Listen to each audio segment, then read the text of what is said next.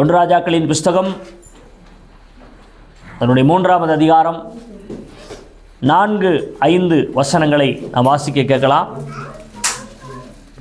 ஒன்று ராஜாக்களின் புஸ்தகம் கவனிய 3வது அதிகாரம் 4-5 வசனம். அப்படியே ராஜா பலியிட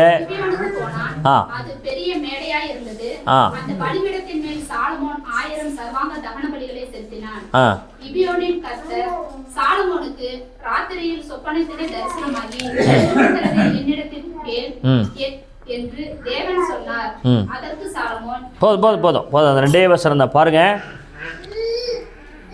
இந்த வசனம் இப்படியாக நம்ம வாசிக்கிறோம். அப்படியே ராஜா பலியிட கிபியோனுக்கு போனான். அது பெரிய மேடையாக இருந்தது. அந்த பலிபீடத்தின் மேல் சாலமோன் 1000 சர்வாங்க தகன பலிகளை செலுத்தினான்.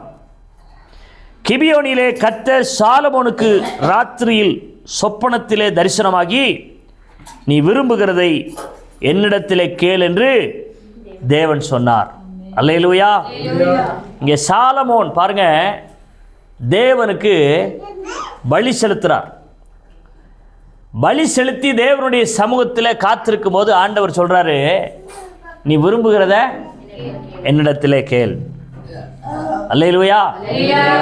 எப்படி? நீ என்ன விரும்புகிறாயோ அதை என்னிடத்திலே கேள். அப்படின்னா எனக்கு அருமையானவர்களே, நம்முடைய விருப்பத்தை கேட்கிற தெய்வமாக இருக்கிறார். இங்கே சாலமோனிடத்தில் ஆண்டவர் கேட்கிறார், நீ என்னப்பா விரும்புற?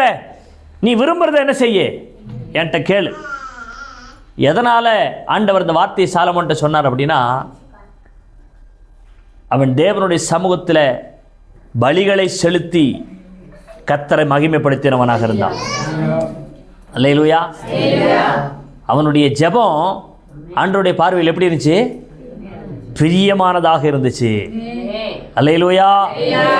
பாருங்க, நம்முடைய ஜெபம் ஆண்டவருக்கு பிரியமானதாக இருந்தால் அவர் நம்ம பார்த்து சொல்வார், மகனே மகளே, நீ என்ன விரும்புகிறாயோ அதை என்னிடத்தில் கேள்.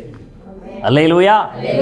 சங்கீதம் 24 நம்ம வாசிக்கும் பொழுது, அவர் உமது மன விருப்பத்தின்படி தந்தருளி உமது ஆலோசனைகள் எல்லாம் நிறைவேற்றுவாராக என்று வேதத்தில் எழுதப்பட்டிருக்கிறது.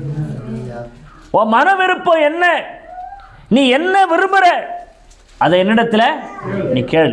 எப்போ மன விருப்பத்தை நம்ம கேட்க முடியும் அப்படின்னா, எப்போ நம்முடைய விருப்பத்தை ஆண்டவருக்கு சொல்ல முடியும் அப்படின்னா, எப்போ நம்ம விருப்பத்தை அவர் கேட்பார் அப்படின்னா, நம்முடைய ஜெபம் அவருடைய பார்வையில் எப்படி இருக்கணும்? பிரியமுள்ளதாக இருக்க வேண்டும். நம்ம ஜெபிக்கிற ஜெபம் அவருக்கு அருவருப்பாக இருக்கக்கூடாது. நம்ம ஜெபிக்கிற ஜெபம் தேவனுக்கு பிரியமுள்ளதாக இருக்க வேண்டும். அல்லேலூயா சொல்லுங்களேன். அப்ப தேவனுக்கு பிரியமான ஜெபம், அதுதான் தலைப்பு, இன்னைக்கு செய்தியினுடைய தலைப்பு. தேவனுக்கு பிரியமான ஜெபம். தேவனுக்கு பிரியமான ஜெபம் பண்றவங்க வாழ்க்கையில கட்டாயம் அந்த ஜெபம் என்ன செய்யப்படும்? கேட்கப்படும். எத்தனை பேர் விசுவாசிக்கிறீங்க? இங்க பாருங்க, சாலமோன் ஆண்டவருடைய சமூகத்தில் பலி செலுத்தி காத்திருக்கும் போது ஆண்டவர் சொல்றாரு, சாலமோன், உன்னுடைய விருப்பம் என்ன? நீ என்ன விரும்புகிறாயோ அதை என்னிடத்தில் என்ன செய்ய? நீ கேள் அப்படின்னு ஆண்டவர் சொல்றார். எனக்கு அருமையான தேவனுடைய பிள்ளைகளே, இன்றைக்கு ஆண்டவருடைய சமூகத்துக்கு வந்திருக்கிற நம்முடைய வாழ்க்கையில் ஆண்டவர் நம்மை பார்த்து கேட்கணும், மகனே மகளே, உன்னுடைய விருப்பம் என்ன? உனக்கு என்ன வேணும்? உனக்கு நான் என்ன செய்யணும்? உன்னுடைய இருதயத்தின் விருப்பம் என்னன்னு சொல்லி ஆண்டவர் என்ன செய்யணும்? அவர் நம்மகிட்ட கேட்கணும். அல்லேலூயா சொல்லுங்களேன். அப்படின்னா நம்முடைய ஜெபம் அவருடைய பார்வையில் எப்படி இருக்கணும்? பிரியமானதாக இருக்க வேண்டும். பாருங்க, இன்னைக்கு மத்திய எழுதின சுவிசேஷத்தில் ஜெபத்தை குறித்து சில காரியங்களை அங்கே சொல்லியிருக்கிறார். பாருங்களேன், 6வது அதிகாரத்தை நாம் எடுத்துக்கொள்ளலாம். மத்திய எழுதின சுவிசேஷம் 6வது அதிகாரம் 5வது வசனத்தில் நாம் வாசிக்கும் போது, அன்றியும் நீ ஜெபம் பண்ணும்போது மாயக்காரரை போல் இருக்க வேண்டாம், மனுஷர் காணும்படியாக அவர்கள் ஜெப ஆலயங்களிலும் வீதிகளின் சந்திகளிலும் நின்று ஜெபம் பண்ண விரும்புகிறார்கள். அவர்கள் தங்கள் பலனை அடைந்து தீர்ந்ததென்று மெய்யாகவே உங்களுக்கு சொல்லுகிறேன். நீயோ ஜெபம் பண்ணும்போது உன் அறை வீட்டுக்குள் பிரவேசித்து உன் கதவை பூட்டி அந்தரங்கத்தில் இருக்கிற உன் பிதாவை நோக்கி ஜெபம் பண்ணு. அப்பொழுது அந்தரங்கத்தில் பார்க்கிற உன் பிதா வெளியரங்கமாக உனக்கு பலன் அளிப்பார். அன்றியும் நீங்கள் ஜெபம் பண்ணும்போது அஞ்ஞானிகளைப் போல வீண் வார்த்தைகளை அளப்பாதேயுங்கள். அவர்கள் அதிக வசனிப்பினால் தங்கள் ஜெபம் கேட்கப்படும் என்று நினைக்கிறார்கள். அவர்களைப் போல நீங்கள் செய்யாதிருங்கள். உங்கள் பிதாவை நோக்கி நீங்கள் வேண்டிக் கொள்ள தொடங்குறதுக்கு முன்னமே உங்களுக்கு இன்னது தேவை என்பதை அறிந்திருக்கிறார். நீங்கள் ஜெபம் பண்ண வேண்டிய விதமாவது, பரமண்டலங்களில் இருக்கிற எங்கள் பிதாவே, உம்முடைய நாமம் பரிசுத்தப்படுவதாக, உம்முடைய ராஜ்யம் வருவதாக, உம்முடைய சித்தம் பரமண்டலத்திலே செய்யப்படுகிறதை போல பூமியிலேயும் செய்யப்படுவதாக. எங்களுக்கு வேண்டிய ஆகாரத்தை இன்று எங்களுக்கு தாரும். எங்கள் கடனாளிகளுக்கு நாங்கள் மன்னிக்கிறது போல எங்கள் கடன்களை எங்களுக்கு மன்னியும். எங்களை சோதனைக்குட்பட பண்ணாமல் தீமை நின்று எங்களை ரட்சித்துக் கொள்ளும். ராஜ்யமும் வல்லமையும் மகிமையும் என்றென்றைக்கும் உம்முடையவைகளே, ஆமேன் என்பதே ஆண்டவர் ஜெபிக்க சொல்லி கற்றுக் கொடுத்தார். எனக்கு அருமையான தேவனுடைய பிள்ளைகளே, ஆண்டவருக்கு பிரியமான ஜெபத்தை நாம் எப்படி ஏறெடுப்பது என்றால், இங்கே ஆண்டவர் திட்டவட்டமாக சொல்லிட்டார் பாருங்க. நீங்கள் ஜெபம் பண்ணும் போது அஞ்ஞானிகளை போல வீண் வார்த்தைகளை என்ன செய்யாதீங்க, அளப்பாதீங்க. அல்லேலூயா, அல்லேலூயா. அவர்கள் அதிக வசனிப்பினால் தங்கள் ஜெபம் கேட்கப்படும் என்று நினைக்கிறாங்க. நீண்ட நேரம் ஜெபம் பண்ற ஜெபம், நிறைய வார்த்தைகளை சொல்லி பண்ற ஜெபம், இதை தான் ஆண்டவர் என்ன செய்வாரு, கேட்பார் என்று தேவையில்லாத வார்த்தைகளை சொல்லி சொல்லி. அல்லேலூயா. யாரை போல நம்ம ஜெபிக்க கூடாதா? அஞ்ஞானிகளை போல. அவங்க எப்படி ஜெபம் பண்றாங்க அப்படின்னா, நிறைய வார்த்தைகளை, வீணான வார்த்தைகளை, தேவரை துக்கப்படுத்துகிற வார்த்தைகளை. சில நேரத்தில் ஆண்டவரே உமக்கு கண் இருக்கா, உமக்கு காது இருக்கா, நான் இவ்வளோ கஷ்டப்படுறேனே, என் கஷ்டத்தை நீங்கள் என்ன செய்ய மாட்டீங்களா, பார்க்க மாட்டீங்களா என்று இது போன்ற தேவையில்லாத அஞ்ஞானிகளைப் போல பல வார்த்தைகளை சொல்லி நீண்ட நேரம் மற்றவர்கள் காணும்படியாக, யார் பார்க்கும்படியாக, மற்றவர்கள் பார்க்கும்போது ஒரு பெரிய ஜெபம் பண்றதை போல, ஒரு நீண்ட ஜெபம் பண்றதை போல, நல்ல ஜெபம் பண்றதை போல மற்றவர்கள் செய்கிற ஜெபத்தை நீங்க என்ன செய்யாதீங்க, செய்யாதீங்க. அல்லேலூயா. நம்முடைய ஜெபம் எப்படி இருக்க வேண்டும் என்றால் ஆண்டவர் தெளிவாக சொல்றார் பாருங்க. அவர்களைப் போல நீங்கள் செய்யாதிருங்கள். உங்கள் பிதாவை நோக்கி நீங்கள் வேண்டிக் கொள்கிறதற்கு முன்னமே உங்களுக்கு இன்னது தேவை என்பதை என்ன செஞ்சிருக்கிறாராம். அதனால என்ன சொல்றார் பாருங்க, நம்முடைய ஜெபம் சுருக்கமானதாக. அதாவது எலியாவை குறித்து ஆண்டவர் சொல்லும்போது சொல்றார், எலியா நம்மை போல யாரா, பாடு உள்ள மனுஷன். ஆனா அவர் எப்படி ஜெபம் பண்ணாராம், கருத்தாக ஜெபம் பண்ணினாராம். நம்ம ஜெபிக்கும் போது கருத்தான வார்த்தைகளை பயன்படுத்த வேண்டும், கருத்தோடு ஜெபிக்க வேண்டும். நம்முடைய ஜெபத்தில் கருத்து இருக்க வேண்டும். அந்த கருத்தான ஜெபம் அப்படின்னா அந்த ஜெபம் இருதயத்திலிருந்து வரக்கூடிய ஜெபமாக இருக்க வேண்டும். அல்லேலூயா. ஏதோ என்ன 4 பேர் பார்க்குறாங்க, ஒரு 10 பேர் கூடி இருக்கிறாங்க, இவங்களுடைய பார்வைக்கு நான் நல்லா ஜெபம் பண்றவங்களாக என்ன செய்யணும், காண்பித்துக் கொள்ள வேண்டும் என்கிறதான ஜெபத்தை பண்ண சொல்லி ஆண்டவர் என்ன செய்யல, இங்க சொல்லல. அந்த ஜெபம் தேவனை பிரியப்படுத்தாது. எந்த ஜெபம் தேவனை பிரியப்படுத்துது என்றால், அஞ்ஞானிகளை போல ஜெபிக்கிறவர்களாக நாம் இருக்கக்கூடாது. இருதயத்தில் ஆழத்திலிருந்து உண்மையாய் ஜெபிக்கிற ஜெபம் தான் தேவனுடைய பார்வையிலே பிரியமுள்ள ஜெபமாக இருக்கிறது. கைகளை தட்டி ஆண்டவருடைய நாமத்தை நாம் மகிமைப்படுத்தலாமா? அல்லேலூயா. சத்தமா சொல்லுங்க அல்லேலூயா. அப்படின்னா இன்னைக்கு ஒரு தீர்மானத்தை நம்ம எடுக்கிறோம். தேவனுக்கு பிரியமான ஜெபம், தேவன் விரும்புகிற ஜெபம், அது என்னென்ன ஜெபம், அது எந்த மாதிரியான ஜெபம்? இன்னைக்கு ஒரு சில வசனத்தின் ஆதாரங்களோடு நான் உங்களோடு கூட பேச போகிறேன். லூக்கா எழுதின சுவிசேஷம் 17வது அதிகாரம் 16வது வசனத்தை வாசிக்கலாம். எல்லாரும் எடுங்க. லூக்கா எழுதின சுவிசேஷம் 17:16. அவருடைய பாதத்தருகே முகம் குப்புற விழுந்து அவருக்கு ஸ்தோத்திரம் செலுத்தினான். அவன் சமாரியனா இருந்தான். அப்பொழுது இயேசு, சுத்தமானவர்கள் 10 பேர் அல்லவா, வாசிப்பா. மற்ற 9 பேர் எங்கே? தேவனை மகிமைப்படுத்துவதற்கு இந்த அந்நியனே ஒழிய மற்றொருவனும் திரும்பி வர காணோமே என்று சொல்லி அவனை நோக்கி, நீ எழுந்து போ, உன் விசுவாசம் உன்னை ரட்சித்தது என்றார்.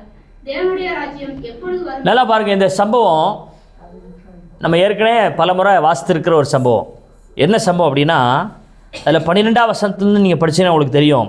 அவர் ஒரு கிராமத்தில் பிரவேசித்த போது குஷ்டரோகம் உள்ள மனுஷர் 10 பேர் அவருக்கு எதிராக வந்து தூரத்தில் நின்று, இயேசு ஐயரே, எங்களுக்கு இறங்கும் என்று சத்தமிட்டார்கள். அவர்களை அவர் பார்த்து, நீங்கள் போய் ஆசாரியர்களுக்கு உங்களை காண்பியுங்கள் என்றார். அந்தபடி அவர்கள் போகையில் சுத்தமானார்கள்.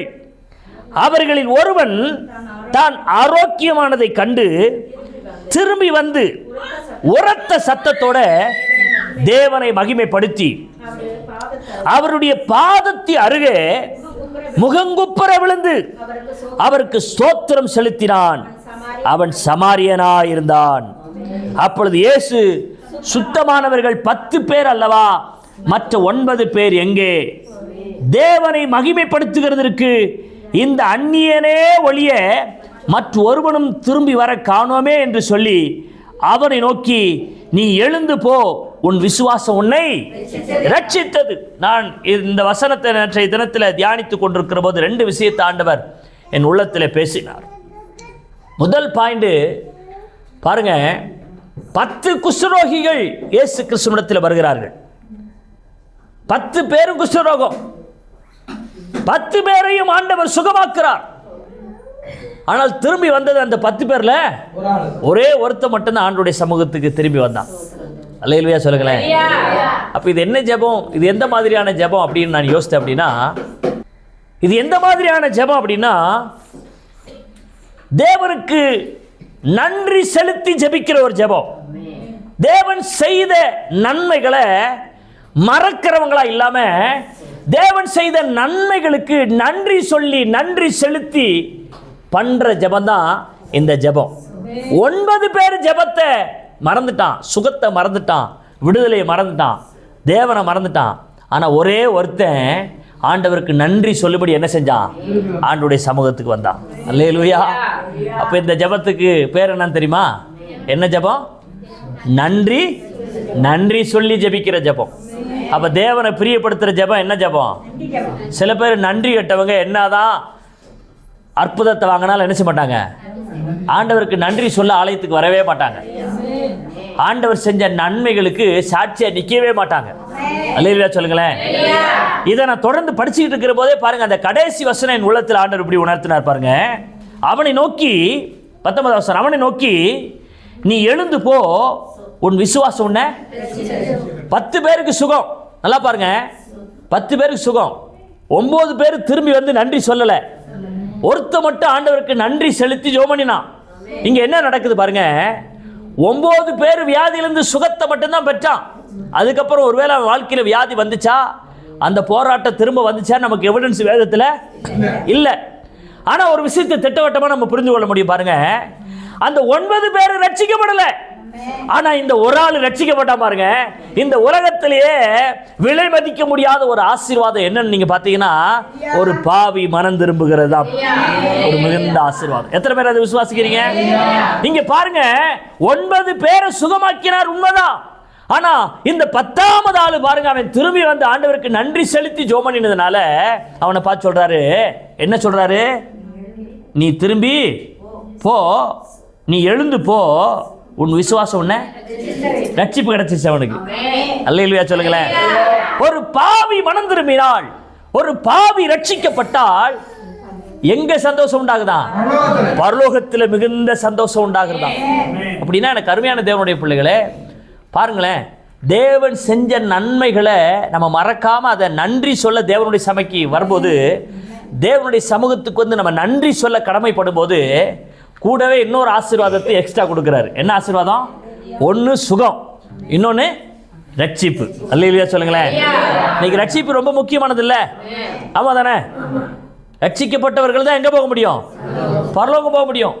ரட்சிக்கப்பட்டவர்கள் தான் தேவனுடைய பிள்ளைகளாக மாற முடியும்.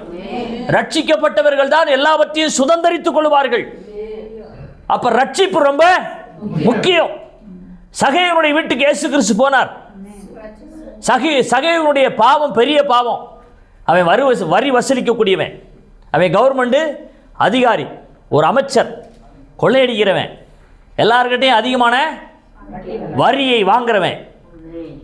வீட்டு வரி, குடி தண்ணீர் வரி, என்னென்ன வரிகள் இருக்கோ எல்லா வரிகளையும் போட்டு அதிகமாக வரி வசூலிக்கக்கூடியவனாக இருந்தான். ஆனால் இயேசு கிறிஸ்து அவனுடைய வீட்டுக்கு போன போது அவனுடைய பாவம் உணர்த்தப்பட்டது. நான் யாரிடத்திலெல்லாம் அநியாயமா வாங்கினேனோ அவர்களிடத்திலெல்லாம் என்ன செஞ்சிடறேன், கொஞ்சம் கொஞ்சமா நான் திருப்பி கொடுத்துட்றேன். நாலத்தனையாக அவைகளை நான் திருப்பி கொடுத்துட்றேன். அல்லேலூயா, அல்லேலூயா. இன்னைக்கு நிறைய பேர் கொள்ளையடிக்கிறான், கொடுக்கறதுக்கு மனசே வர மாட்டேங்குது. அதிகாரத்தில் வந்த உடனே ஒரு பேச்சு, அதிகாரத்தில் வர்றதுக்கு முன்னாடி ஒரு பேச்சு. ஆமா தானே? ஆட்சியில் வர்றதுக்கு முன்னாடி ஒரு பேச்சு, ஆட்சிக்கு வந்ததுக்கு அப்புறம் ஒரு பேச்சு. ஏழை எளிய மக்கள் என்ன செய்யறதில்ல, நினைக்கிறதே இல்லை.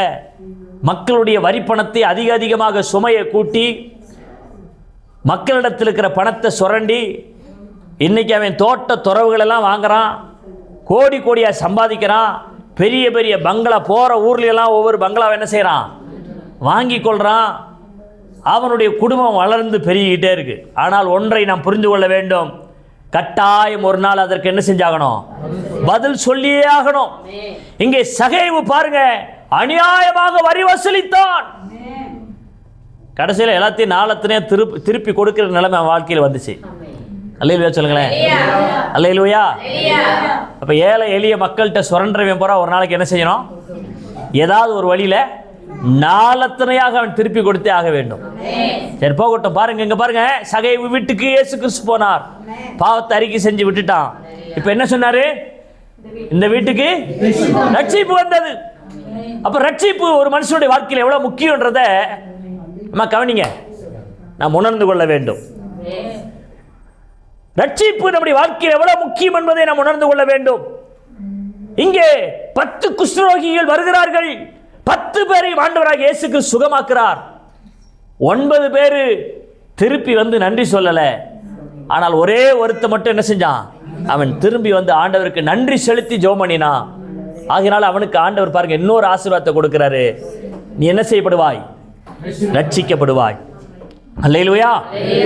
அவனை நோக்கி நீ எழுந்து போ, உன் விசுவாசம் உன்னை ரட்சித்தது. அதோடு கூட நிறைய ஆசீர்வாதங்கள் என்ன செஞ்சிருப்பாரு, கண்டிப்பா கொடுத்திருப்பார். அப்ப முதல் ஜெபம் ஆண்டவரை பிரியப்படுத்துற ஜெபம். எல்லாரும் கவனிங்க, என்ன ஜெபம், நன்றி செலுத்தி ஜெபிக்கிற ஜெபம். நமக்கு ஒன்றை தேவன் கொடுக்கும் போது, நமக்கு ஒரு அற்புதத்தை தேவன் செய்யும் போது, அதை நாம் ஒவ்வொரு நாளும் தேவ சமூகத்தில் வந்து சொல்லி அதற்காக நாம் நன்றி செலுத்த கடமைப்பட்டிருக்கிறோம். அல்லேலூயா. முதல் செஞ்ச நன்மைக்கு நன்றியே சொல்லலாம் அப்படின்னா, நன்றி கடனா இருக்கலனா வேற எந்த நன்மைகளையும் தேவனிடத்தில் என்ன செய்ய முடியாது, நம்ம பெறவே முடியாது. ஆமா தானே? கவனிக்கிறீங்களா? அப்ப தேவன் நமக்கு கொடுக்கிற நன்மைகளை, தேவன் நமக்கு கொடுக்கிற ஆசீர்வாதங்களை நினைச்சு ஒவ்வொரு நாள் அவருக்கு என்ன செய்யணும், நன்றி சொல்லணும். அல்லேலூயா. ஆண்டவர் சமூகத்துக்கு வந்து ஆண்டவர் செஞ்ச நன்மையை ஆண்டவருக்கு நன்றி செலுத்தினாலே போதும். அந்த ஜெபம் தேவனுடைய பார்வையில் எப்படிப்பட்டதா இருக்கிறது, பிரியமுள்ளதாக இருக்கிறது. அல்லேலூயா சொல்லுங்களேன், அல்லேலூயா. இன்னும் கொஞ்சம் பலப்பட்டவங்க, இன்னும் கொஞ்சம் நல்லா தேவனுக்குள்ள ஆசீர்வதிக்கப்பட்டவங்க அதோடு கூட சேர்ந்து கடவுள் எனக்கு இந்த நன்மையெல்லாம் செஞ்சாருன்னு சொல்லி அந்த சந்தோஷத்தில் ஒரு ஆஃபரிங் என்ன செய்வாங்க, செய்வாங்களா செய்ய மாட்டாங்களா? அல்லேலூயா சொல்லுங்களேன், அல்லேலூயா. அது இன்னும் கொஞ்சம் வளர்ந்த ஒரு முதிர்ந்த அனுபவத்தை காட்டுகிறதாக இருக்கிறது. போகட்டும் எனக்கு அருமையானவர்களே. அப்ப தேவனை திருப்திப்படுத்துகிற, தேவனை சந்தோஷப்படுத்துகிற ஒரு ஜெபம் நன்றி செலுத்துகிற ஜெபம். தேவனுக்கு பிரியமான ஜெபம் நன்றி செலுத்துகிற ஜெபம். அல்லேலூயா சொல்லுங்க. இரண்டாவது 1 ராஜாக்களின் புஸ்தகம் எடுத்துக்கொள்ளுங்க. 1 ராஜாக்களின் புஸ்தகம் 3ஆம் அதிகாரம் அதனுடைய 7வது வசனம்.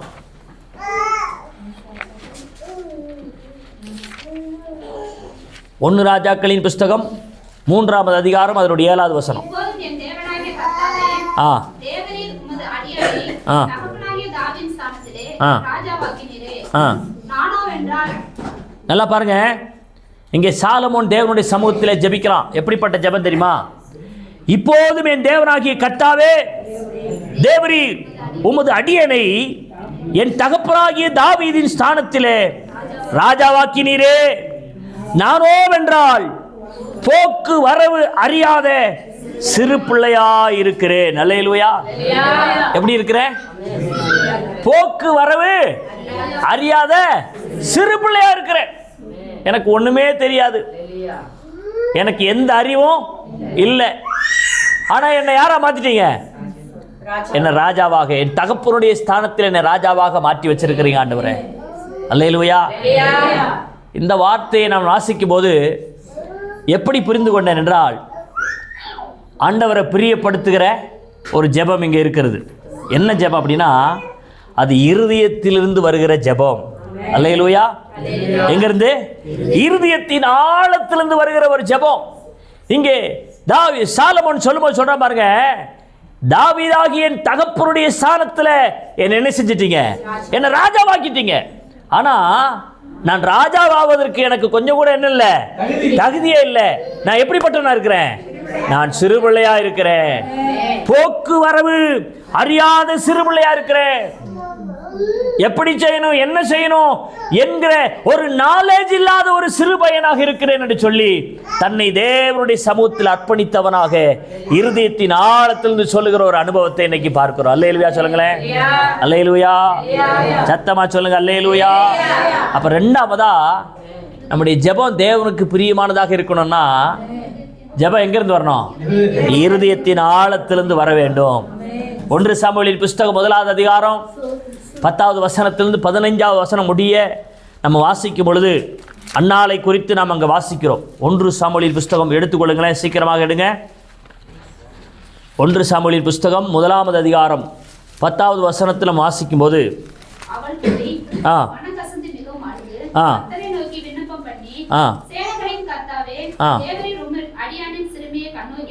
எப்படி சொல்றா பாருங்க. அவள் போய் மனம் கசந்து மிகவும் அழுது கர்த்தரை நோக்கி விண்ணப்பம் பண்ணி, சேனைகளின் கர்த்தாவே தேவரீர் உம்முடைய அடியாளின் சிறுமையை கண்ணோக்கி பார்த்து உம்முடைய அடியாளை மறவாமல் நினைத்தருளி உமது அடியாளுக்கு ஒரு ஆண் பிள்ளையை கொடுத்தால் அவன் உயிரோடு இருக்கும் சகல நாளும் நான் அவனை கர்த்தருக்கு ஒப்பு கொடுப்பேன். அவன் தலையின் மேல் சவரகன் கத்தி படுவதில்லை என்று ஒரு பொருத்தனை பண்ணினாள். அவள் கர்த்தருடைய சந்நிதியில் வெகு நேரம் விண்ணப்பம் பண்ணுகிற போது ஏலி அவள் வாயை கவனித்துக் கொண்டிருந்தான். அன்னாள் தன் இருதயத்திலே பேசினாள், அவளுடைய உதடுகள் மாத்திரம் அசைந்தது, அவள் சத்தமோ கேட்கப்படவில்லை. ஆகையால் அவள் வெறித்திருக்கிறாள் என்று ஏலி நினைத்து அவளை நோக்கி, நீ எதுவரைக்கு வெறித்திருப்பாய்? உன் குடியை விட்டு விலக்கு என்றான். அதற்கு அன்னாள் பிரதியுத்தரமாக, அப்படி அல்ல என் ஆண்டவரே, நான் மனக்லேசமுள்ள ஸ்திரீ, நான் திராட்சரசமாகிலும் மதுவாகிலும் குடிக்கவில்லை. நான் கர்த்தருடைய சந்நிதியில் என் இருதயத்தை என்ன செஞ்சிட்டேன்? நான் ஊற்றி விட்டேன். அல்லேலூயா. என்ன செஞ்சாலாம்? என்ன செஞ்சாலாம்? நான் என் இருதயத்தை ஆண்டவருடைய சமூகத்தில் ஊற்றி விட்டேன். அப்ப ஜெபம் எங்கிருந்து வரணும் அப்படின்னா இருதயத்திலிருந்து வர வேண்டும். அல்லேலூயா சொல்லுங்களேன். அப்படி ஜெபம் எங்கிருந்து வரணும்? இருதயத்திலிருந்து வருகிற ஜெபம், உள்ளத்தின் ஆழத்திலிருந்து வருகிற ஜெபம் ஆண்டவருக்கு எப்படிப்பட்ட ஜெபமா? பிரியமான ஜெபம். அல்லேலூயா. நன்றி செலுத்தி ஜெபம் பண்ற ஜெபத்தை ஆண்டவர் விரும்புறாரு. இருதயத்தின் ஆழத்திலிருந்து பண்ற ஜெபத்தை விரும்புறார். எல்லாமே நீண்ட நேரம் கதை சொல்றது மாதிரி வீதிகளிலும் சந்திகளிலும் ஜனங்கள் கூடியிருக்கிற இடத்துலையும் மற்றவங்க பார்வைக்கு பெரிய ஜெபம் பண்ணுறதை போல காண்பிக்கிற ஜெபத்தில் அவர் எப்படி பண்ணுறதில்ல. அவர் பிரியப்படுகிற தேவன் அல்ல. அவர் எதில் பிரியப்படுகிறார் என்றால் தேவனுக்கு நன்றி செலுத்தி அவர் செஞ்ச நன்மைகளை நம்ம நினைச்சு நன்றி செலுத்தி ஜெபிக்கிற ஜெபத்தை அவர் கேட்கிற தெய்வமாக இருக்கிறார். அல்லேலூயா. இரண்டாவது, இருதயத்தின் ஆழத்திலிருந்து வருகிற ஜெபத்தை அவர் பிரியமாக கேட்கிற தெய்வமாக இருக்கிறார். நம்ம ஜெபம் அவருக்கு பிரியமா இருந்தா அவர் நம்மளை பார்த்து சொல்லுவார், மகனே மகளே உனக்கு என்ன சொல்லுங்க. சாலமோன்ட்ட என்ன கேட்டாரு? உன் விருப்பம் என்னப்பா, உனக்கு என்ன வேணும், உனக்கு என்ன வேணும் அதை நீ என்ன செய்ய என்கிட்ட கேளு. நம்ம ஜெபம் ஆண்டவருக்கு பிரியமா இருந்தா உங்களை என்னையும் பார்த்து ஆண்டவர் அப்படித்தான் கேட்பாரு, மகனே மகளே உனக்கு என்ன வேணும் அதை நீ என்னிடத்தில் கேளு, நான் உனக்கு கொடுப்பதற்கு தயாராக இருக்கிறேன். அல்லேலூயா. நம்பர் 3, 1 ராஜாக்களின் புஸ்தகம் 3வது அதிகாரம், அங்கேயே இருக்கு பாருங்க, 9வது வசனம் 10வது வசனத்தை வாசிக்கலாம்.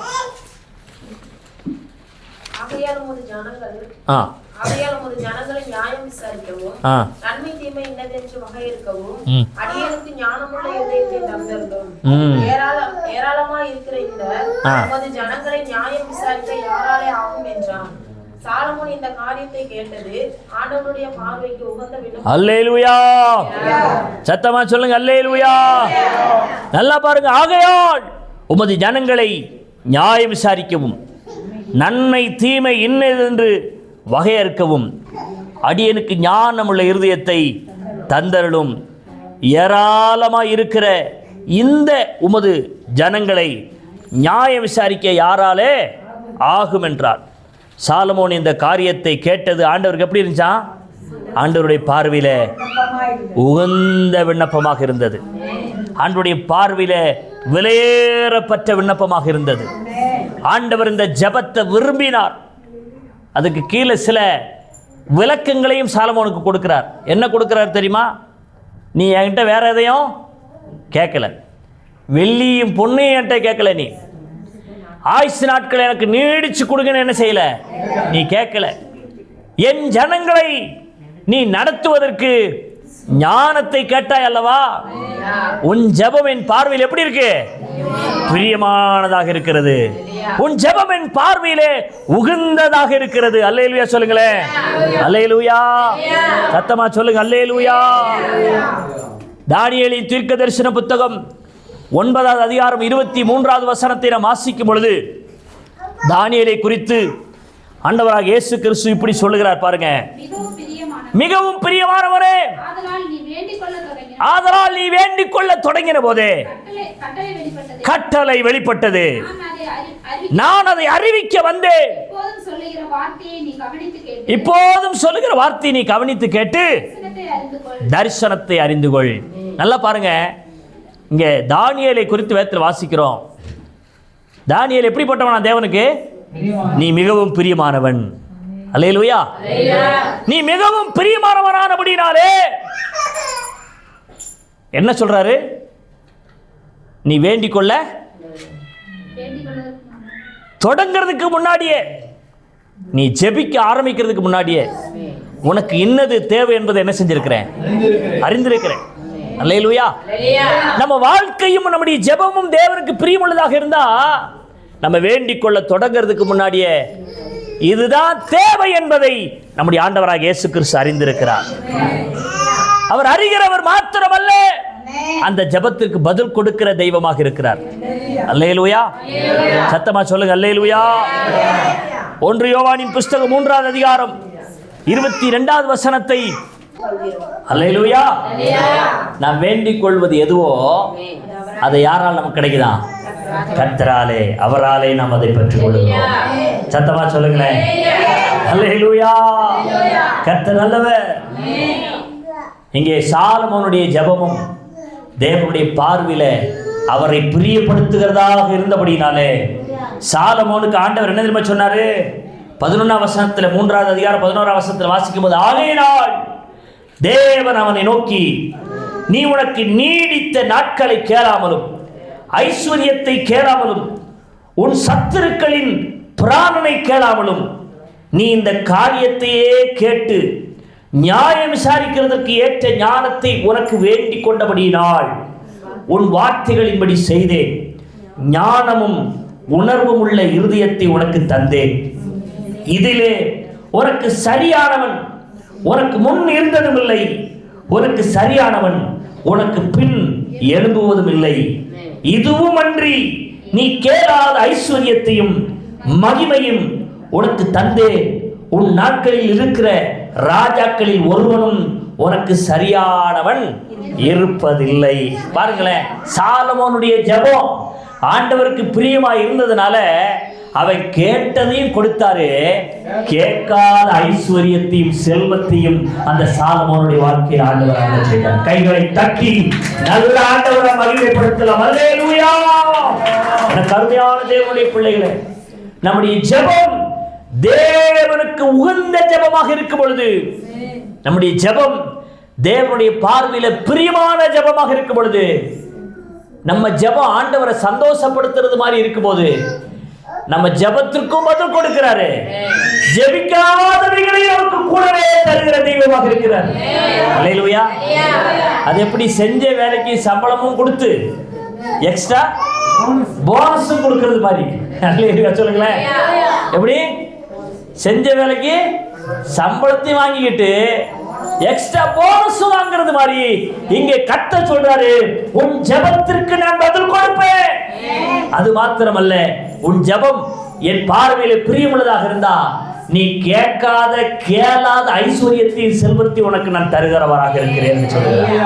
இந்த காலை வேளையில எனக்கு அருமையான தேவனுடைய பிள்ளைகளே, ஒரு நல்ல தீர்மானத்தை இன்றைக்கு நம்ம எடுத்துக்கொள்வோம். நம்முடைய ஜெபம் ஆண்டவருடைய பார்வையில் எப்படிப்பட்டதா இருக்கணும்? பிரியமுள்ளதாக இருக்க வேண்டும். பிரியமுள்ளதாக இருக்கிற ஜெபம் ஒண்ணு, தேவனுக்கு நன்றி செலுத்தி ஜெபிக்கிற ஜெபம். தேவன் செஞ்சதை மறக்கிற ஜெபம் அல்ல. தேவன் செஞ்சதை வாழ்நாள் பூரா என்ன செய்யணும்? நினைக்கணும். தேவன் செஞ்சதை உயிர் இருக்கிற வரைக்கும் நினைத்து ஒவ்வொரு நாளும் நாம் அவருக்கு நன்றி சொல்ல கடமைப்பட்டிருக்கிறோம். அல்லேலூயா. எப்படியெல்லாம் நன்றி சொல்லலாம்? நன்றி சொல்றதுன்னா, நான் அதை சுருக்கமா முடிச்சிட்டேன். நன்றி சொல்றதா இருந்தா எப்படியெல்லாம் நன்றி சொல்லலாம்? தேங்க்ஸ் பண்றதா இருந்தா எப்படியெல்லாம் தேங்க்ஸ் பண்ணலாம்? சொல்லுங்க பாப்போம். ஒருத்தவங்க நமக்கு உதவி செஞ்சாங்கன்னா அவங்களுக்கு எந்தெந்த விதத்திலெல்லாம் நம்ம நன்றி சொல்லுவோம்? ஒரு இக்கட்டான நிலைமையில, சோர்ந்து போன நிலைமையில, ஒரு நிறைய பண தேவையான நேரத்தில் அல்லது வியாதி நேரத்தில், ஏதோ ஒரு நேரத்தில் நமக்கு நன்மை செஞ்சுருக்கிறாங்க, உதவி செஞ்சுருக்கிறாங்க, ஹெல்ப் பண்ணியிருக்கிறாங்கன்னா நம்ம எப்படியெல்லாம் நன்றி சொல்லுவோம்? சொல்லுங்க.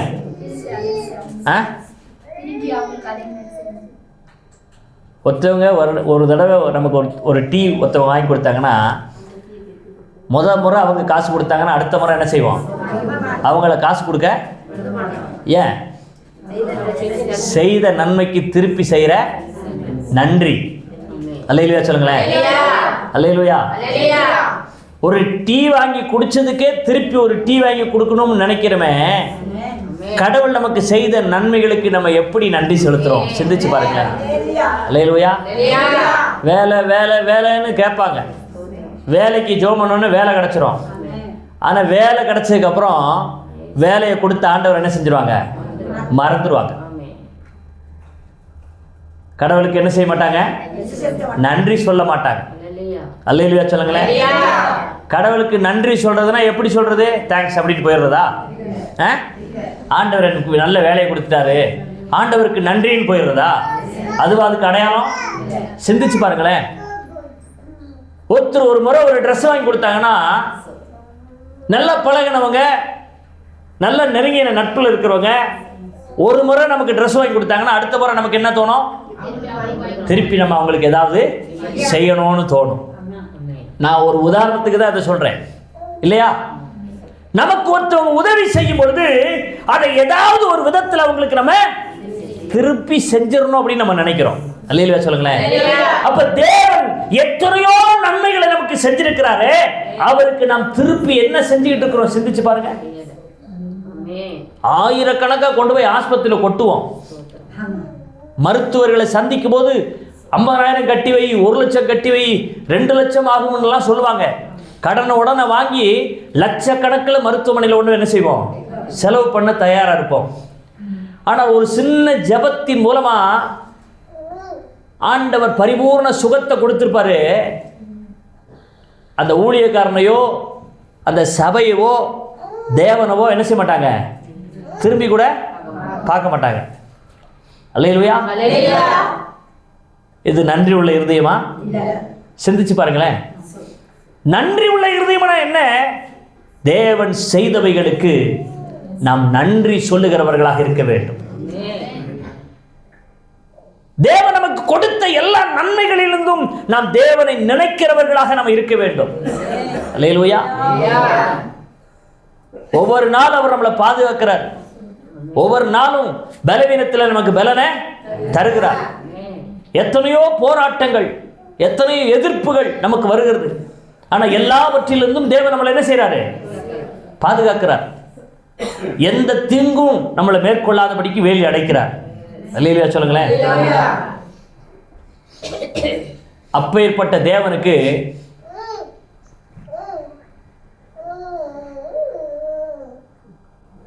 நம்ம எந்தெந்த விதத்திலலாம் நம்ம நன்றி கடனாக இருக்கிறோம்? நம்ம எந்தெந்த விதத்தில் தேவனுக்கு நன்றி சொல்றவங்களா இருக்கிறோம்? அவர் நமக்கு கொடுக்கும் போது, அவர் நமக்கு செய்யும் போது நம்ம நன்றி சொல்ல மறந்துட்டோம்னா அடுத்த முறை அவர்கிட்ட போய் என்ன செய்ய முடியாது? எனக்கு நன்மை செய்யுங்கன்னு கேட்க முடியாது. ஆமா தானே? ஏன்னா நான் முதல் செஞ்ச நன்மைக்கே உனக்கு என்ன இல்லாமல் போயிடுச்சு? நன்றி இல்லாமல் போயிடுச்சு.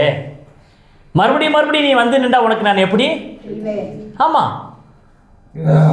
எத்தனையோ பேர் வர்றாங்க, ஜெபிக்கிறாங்க, சுகத்தை வாங்குறாங்க, போயிடுறாங்க.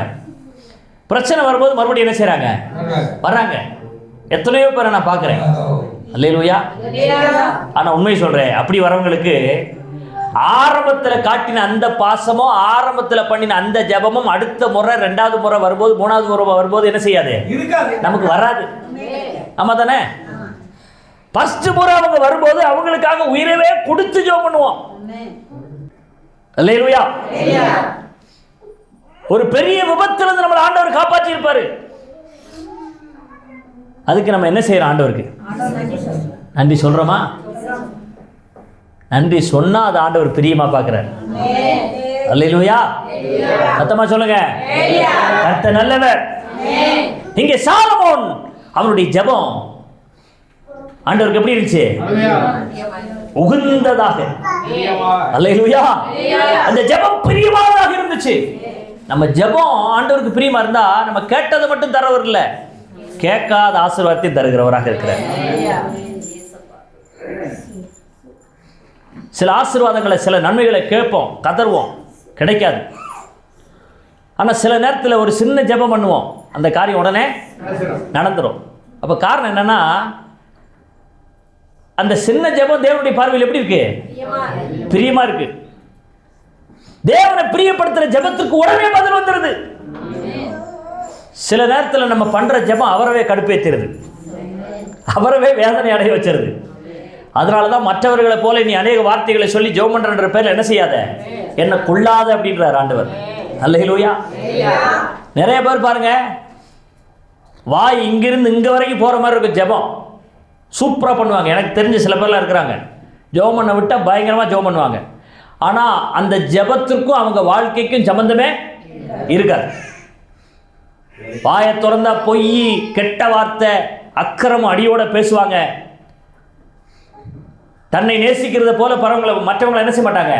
நேசிக்க மாட்டாங்க. உதவி செய்கிற எண்ணமே அவங்களுக்கு என்ன செய்யாது? இருக்காது. உலகத்தான விட ரொம்ப மோசமா இருப்பாங்க. ஆனா ஜெபிங்கள் அப்படின்னு சொன்ன என்ன செய்வாங்க? ஒரு நீண்ட ஜெபத்தை, பல வசனங்களை மனப்பாடமாக சொல்லி ஜெபம் பண்ணுவார்கள். அல்லேலூயா சொல்லுங்களேன். இப்படிப்பட்டவருடைய ஜெபம் தேவனுக்கு எப்படி கொடுத்தா இருக்கிறது? அருவருப்பாக இருக்கிறது. அல்லேலூயா. வசனத்தை கேட்க மாட்டேன், வசனத்துபடி வாழ மாட்டேன், ஆனா நீண்ட ஜெபம் மட்டும் பண்ணுவேன். அந்த ஜெபம் எப்படி இருக்கு? தேவனுக்கு அருவருப்பானதான். இன்னைக்கு அநேகர் பாருங்க, வசனத்துக்கு செவி கொடுக்காததுனால தான் அவங்களுடைய ஜெபமும் ஆண்டவருக்கு எப்படி இருக்கு? அருவருப்பா இருக்கு. ஜெபத்தை கேட்கவே மாட்டேங்கிறார், முகத்தை அங்கிட்டு திருப்பிக்கிறார் ஆண்டவர். அல்லேலூயா சொல்லுங்களேன். பல நாளா போராடுறோம், கதறோம், நமக்கு பதில் வரல அப்படின்னா நம்ம ஜெபம் ஏதோ தேவனை டிஸ்டர்ப் பண்ணுது.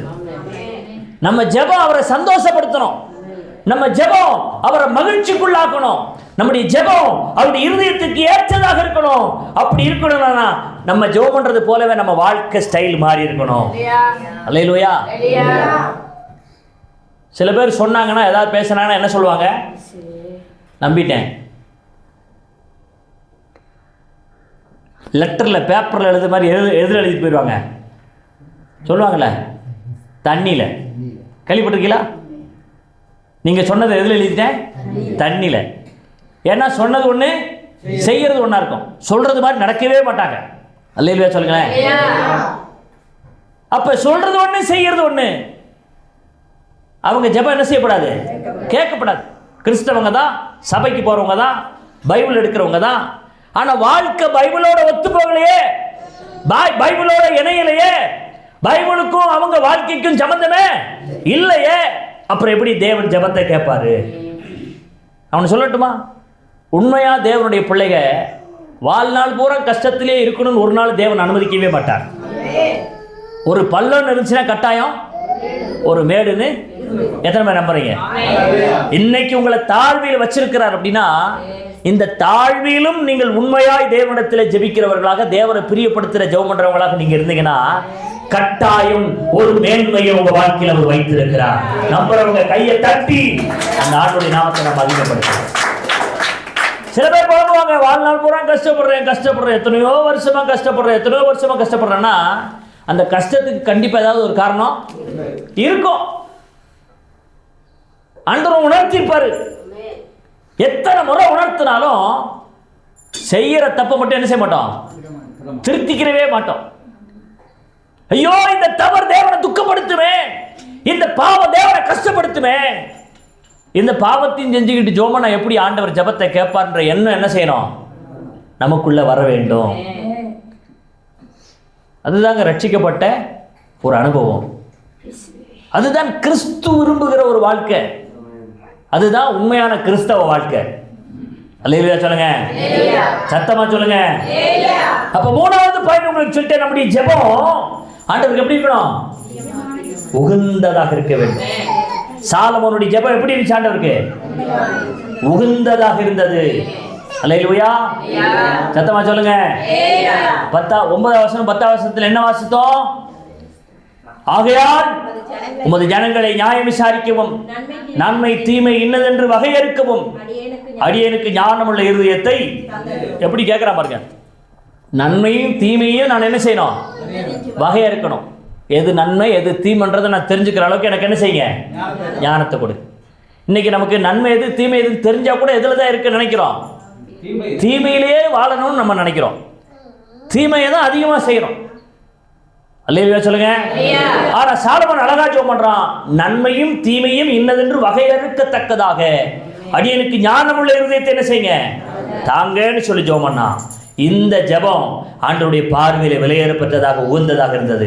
அதனால கர்த்தர் சொன்னார் பாருங்க, சாலமோன் இந்த காரியத்தை கேட்டது ஆண்டவருடைய பார்வையில உகந்த விண்ணப்பமாக இருந்தது. நம்முடைய ஜெபம் ஆண்டவருக்கு உகந்ததாக இருந்துச்சுன்னா அவர் சொல்றார், மகனே உனக்கு என்ன வேணும்? மகளே உன் இருதயத்தில் விருப்பம் என்ன? அதை என்கிட்ட கேளு, நான் உனக்கு தரேன் அப்படின்னு ஆண்டவர் சொல்றார். அல்லேலூயா. சில நேரத்தில் உனக்கு என்ன வேணும்னு கூட கேட்க மாட்டாரு. நம்ம ஜெபம் அவரை பிரியப்படுத்துறதா இருந்துச்சுன்னா நம்ம கேட்காத நினைக்காத சில ஆசீர்வாதங்களை அவர் நம்முடைய வாழ்க்கையில தந்து விடுகிற தெய்வமாக இருக்கிறார். அல்லேலூயா. சத்தமா சொல்லுங்க அல்லேலூயா. அவர் எவ்வளவு நல்லவர் பாருங்களேன். அவர் எவ்வளவு நல்லவர் பாருங்களேன்.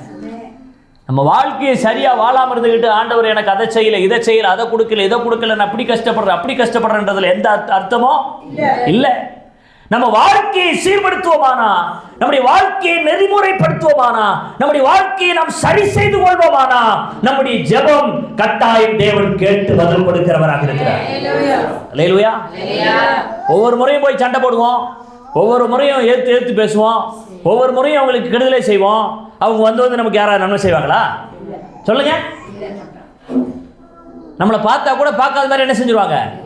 அப்பா 7:30 வருது, இந்த திசை பக்கமே நம்ம என்ன செய்யக்கூடாது, அப்படியே நேராக போய்கிட்டு இருந்தாலும் அந்த 7:30 பார்த்தா என்ன செஞ்சிருவோம்? நம்ம ரூட்டை மாற்றிட்டு போய்கிட்டே இருப்போம். ஆமாம் தானே? எதுக்கு தேவையில்லாத தொந்தரவு? நம்ம நேரில் போய் பார்க்க, அவங்க ஏதாவது ஒன்று சொல்ல, நம்ம ஏதாவது ஒன்று சொல்ல, இந்த சங்கடம் எதுக்கு? இந்த சங்கடம் எதுக்கு? ஆமா தானே? இருக்கீங்களா? ஒருத்தர்கிட்ட ஒருத்தர் கேட்டாராம், ரொம்ப நாள் கழிஞ்சு பார்த்துருக்கிறார். ரொம்ப நாள் கழிஞ்சு பார்த்தோடனே, என்னங்க நல்லா இருக்கீங்களா? இது யாருமே கேட்குற ஒரு கேள்வி தானே. அதுக்கு அவர் என்ன தெரியுமா பதில் சொன்னாரா? நான் நல்லா இல்லைன்னு உனக்கு யார் சொன்னது அப்படின்னாராம். அப்படி யாராவது சொல்லிருக்கீங்களா? ரொம்ப நாள் கழிச்சு பார்க்குறாரு, பார்த்தா யாராக இருந்தாலும் ஒரு நல்லதை என்ன செய்வாங்க, என்னங்க நல்லா இருக்கீங்களா, எப்படி இருக்கீங்களா கேட்பாங்க, விசாரிப்பாங்க. ஆமாம் தானே? அதுக்கு என்ன சொல்லலாம்? நல்லா இருக்கீங்கயா. சரி, நல்லா இல்லைன்னா கூட நல்லா இல்லைங்கய்யா அப்படின்னு கூட என்ன செஞ்சிடலாம். ஆனால் அவருக்கு என்ன பதில் சொல்கிறாரு? நான் நல்லா இல்லைன்னு உங்களுக்கு யாருங்க சொன்னது? இல்லையா? அதனால தான் சொல்கிறேன், இப்படிப்பட்ட ஏழ்றைகள் வரும்போது நம்ம என்ன செஞ்சிடணும், நம்ம ரூட்டை நம்மளே மாற்றிக்கணும். அந்த பாதையில் போய் நம்மளும் என்ன செய்யக்கூடாது, மாற்றி. அதனால தான் சில நேரத்தில் ஆண்டவர் ரூட்டை மாற்றிக்கிறார். நம்மளை சில நேரத்தில் பார்க்கும்போது, நம்ம முழங்கால் படிட்டு ஜெபிக்கும் போது நம்ம ஜெபத்துக்கு பதில் வராமல், நம்ம ஜெபத்துக்கு பதில் கொடுக்காம இருக்கிறது காரணம் என்னன்னா, நம்ம சில நேரத்தில் அப்படிதான் ஆண்டவர்கிட்ட என்ன செய்கிறோம், நடந்துக்கிறோம். ஆண்டவர்கிட்ட நடந்துக்கிறோம். நான் சொல்ல புரியுதா உங்களுக்கு? பல நேரத்தில் எத்தனையோ நன்மைகளை வாங்கின நம்ம இப்போ சில கஷ்டங்கள் வரும்போது, வேதனைகள் வரும்போது, முன்னாடி நடந்த அற்புதத்தை நம்ம வாங்கின நன்மைகளை என்ன செஞ்சிடறோம், மறந்துட்டு. இவருக்கு கண்ணு இல்லையா, அவருக்கு காது இல்லையா, என் ஜெபத்தை கேட்க மாட்டேங்கிறேன், நான் இவ்வளோ கஷ்டப்பட்டுக்கிட்டு இருக்கிறேன், என் குடும்பத்தில் இவ்வளோ கஷ்டம் இருக்குது, இவ்வளோ பொருளாதார பிரச்சனை இருக்குது, கடன் பிரச்சனை இருக்குது, எப்போ பார்த்தாலும் வியாதிக்கு மேலே வியாதியாக குடும்பத்தில் இருக்கிறது, இதையெல்லாம் அவர் பார்க்க மாட்டாரா? எனக்கு ஒரு அற்புதம் செய்ய மாட்டாரா? இதுக்கு முன்னாடி ரட்சிக்கப்பட்ட ஆரம்ப நாட்கள் நமக்கு எத்தனை நன்மைகளை செஞ்சாரு, அந்த நன்மைகளுக்கு ஒன்றும் கூட நம்ம என்ன செய்யல, கரெக்டான விதத்தில் அவருக்கு நம்ம நன்றி சொல்லவே இல்லையே, அதுக்கு நம்ம பதில் எதுவுமே செய்யவே இல்லையே. அதனால தான் இப்போ நம்மளை பார்க்கும்போது என்ன செஞ்சிடறாரு, அவர் ரூட்டை மாற்றிட்டு, ஐயோ சரியில்லாம ஆள் வருதப்பா ஜெபம் பண்ண போது, இனி இந்த ஜெபத்தை காதை அடைச்சிக்கிடுவாராம். என்ன செய்வாராம்? சில பேர் ஜெபத்தெல்லாம் கேட்டு என்ன செய்வாராம் தெரியுமா, சிரிப்பாராம். என்ன செய்வாராம்? நீ ஜெபம் பண்ணும்போது, நீ கேட்கும்போது நான் என்ன செய்வேன், ஆகடியும் பண்ணுவேன், நகைப்பேன் அப்படின்லாம் சொல்லி வச்சிருக்கிறார் ஆண்டவர். அல்லேலூயா. அப்பதான் உனக்கு என்ன வரும், ஐயோ இந்த போதகர் சொன்னதை கேட்காம போயிட்டேனே. அல்லேலூயா, அல்லேலூயா. எனக்கு அருமையான தேவனுடைய பிள்ளைகளே, ஆண்டவர் நமக்கு பதில் கொடுக்கணும் அப்படின்னா கொஞ்சம் நம்முடைய வாழ்க்கையை நம்ம என்ன செய்யணும். போன வாரத்துக்கு முதல் வாரம் உங்களுக்கு சொன்னேன் இல்லையா, நம்மளை நாம் என்ன செய்யணும், ஆராய்ந்து பார்க்கணும். ஆமாம் தானே? நீங்கள் எத்தனை பேர் ஆராய்ஞ்சு பார்க்குறாங்க வாழ்க்கையை? எத்தனை பேர் கொஞ்சம் நிதானித்து பார்க்குறாங்க, நான் பேசுகிறது சரியா தப்பா அப்படின்றத தன்னைத்தானே என்ன செய்யணும், வாய் இருக்குன்னு என்ன பண்ணாலும் பேசிடுறோம். பல நேரத்தில் கோபம் தான் நானா சொல்லுங்க, இருக்க மாட்டேன். சில பேர் அப்படிதான், கோபம் தான் அவங்கள என்ன செய்ய மாட்டாங்க, இருக்க மாட்டாங்க. மனைவியை கண்ணுக்கு தெரியாது, மகளையும் கண்ணுக்கு தெரியாது, மகனையும் கண்ணுக்கு தெரியாது, கணவனையும் கண்ணுக்கு தெரியாது. கோபம் வந்துட்டா சொல்லுங்க, கோபம் வந்துட்டா மனுஷனாவே இருக்க மாட்டேன் அப்படின்றது. எனக்கு வேற ஒரு முகம் சொல்லுங்க, இருக்குதா இல்லையா? அதெல்லாம் இது நம்ம வாழ்க்கையிலும் சில நேரத்தில் பயன்படுது, செயல்படுது. கோபம் வந்துட்டா என்னை நீ வேற மாதிரி பார்ப்ப அப்படின்றோம். அதை தூக்கி போட்டுட்டு தானே ஆண்டவர்கிட்ட வர சொன்னார். ஆனால் என்ன செய்கிறோம், கடைசி வரைக்கும் அதையும் கூட சேர்த்துக்கிட்டேவோ அலையிறோம். அதனால தான் நம்முடைய ஜெபம் என்ன செய்யப்படுறதில்லை, கேட்கப்படுறதில்லை. அப்போ இங்கே சாலமோனுடைய ஜெபம் ஆண்டவருக்கு உகந்ததாக இருந்தது. இங்கே தானியேல் ஆண்டவருக்கு எப்படிப்பட்டவனா இருந்தான், பிரியமானவன். பிரியமானவனே, நீ வேண்டிக் கொள்ள தொடங்கின போதே, தொடங்கிறதுக்கு முன்னமே உன் ஜெபம் கேட்கப்பட்டுச்சுப்பா. அல்லேலூயா. கடைசியா ஒரு வசனத்தை படிச்சீங்களே, 1 யோவான் 3:22. என்ன படிச்சோம்?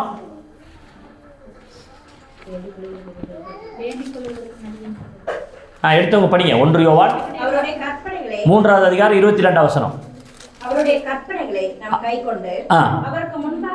நல்லா பாருங்க, அவருடைய கற்பனைகளை நாம் கைக்கொண்டு அவருக்கு முன்பாக பிரியமானவைகளை செய்கிறபடினால் நாம் வேண்டிக் கொள்ளுகிறது எதுவோ அதை அவரால் என்ன செய்யறோம், பெற்றுக்கொள்றோம்.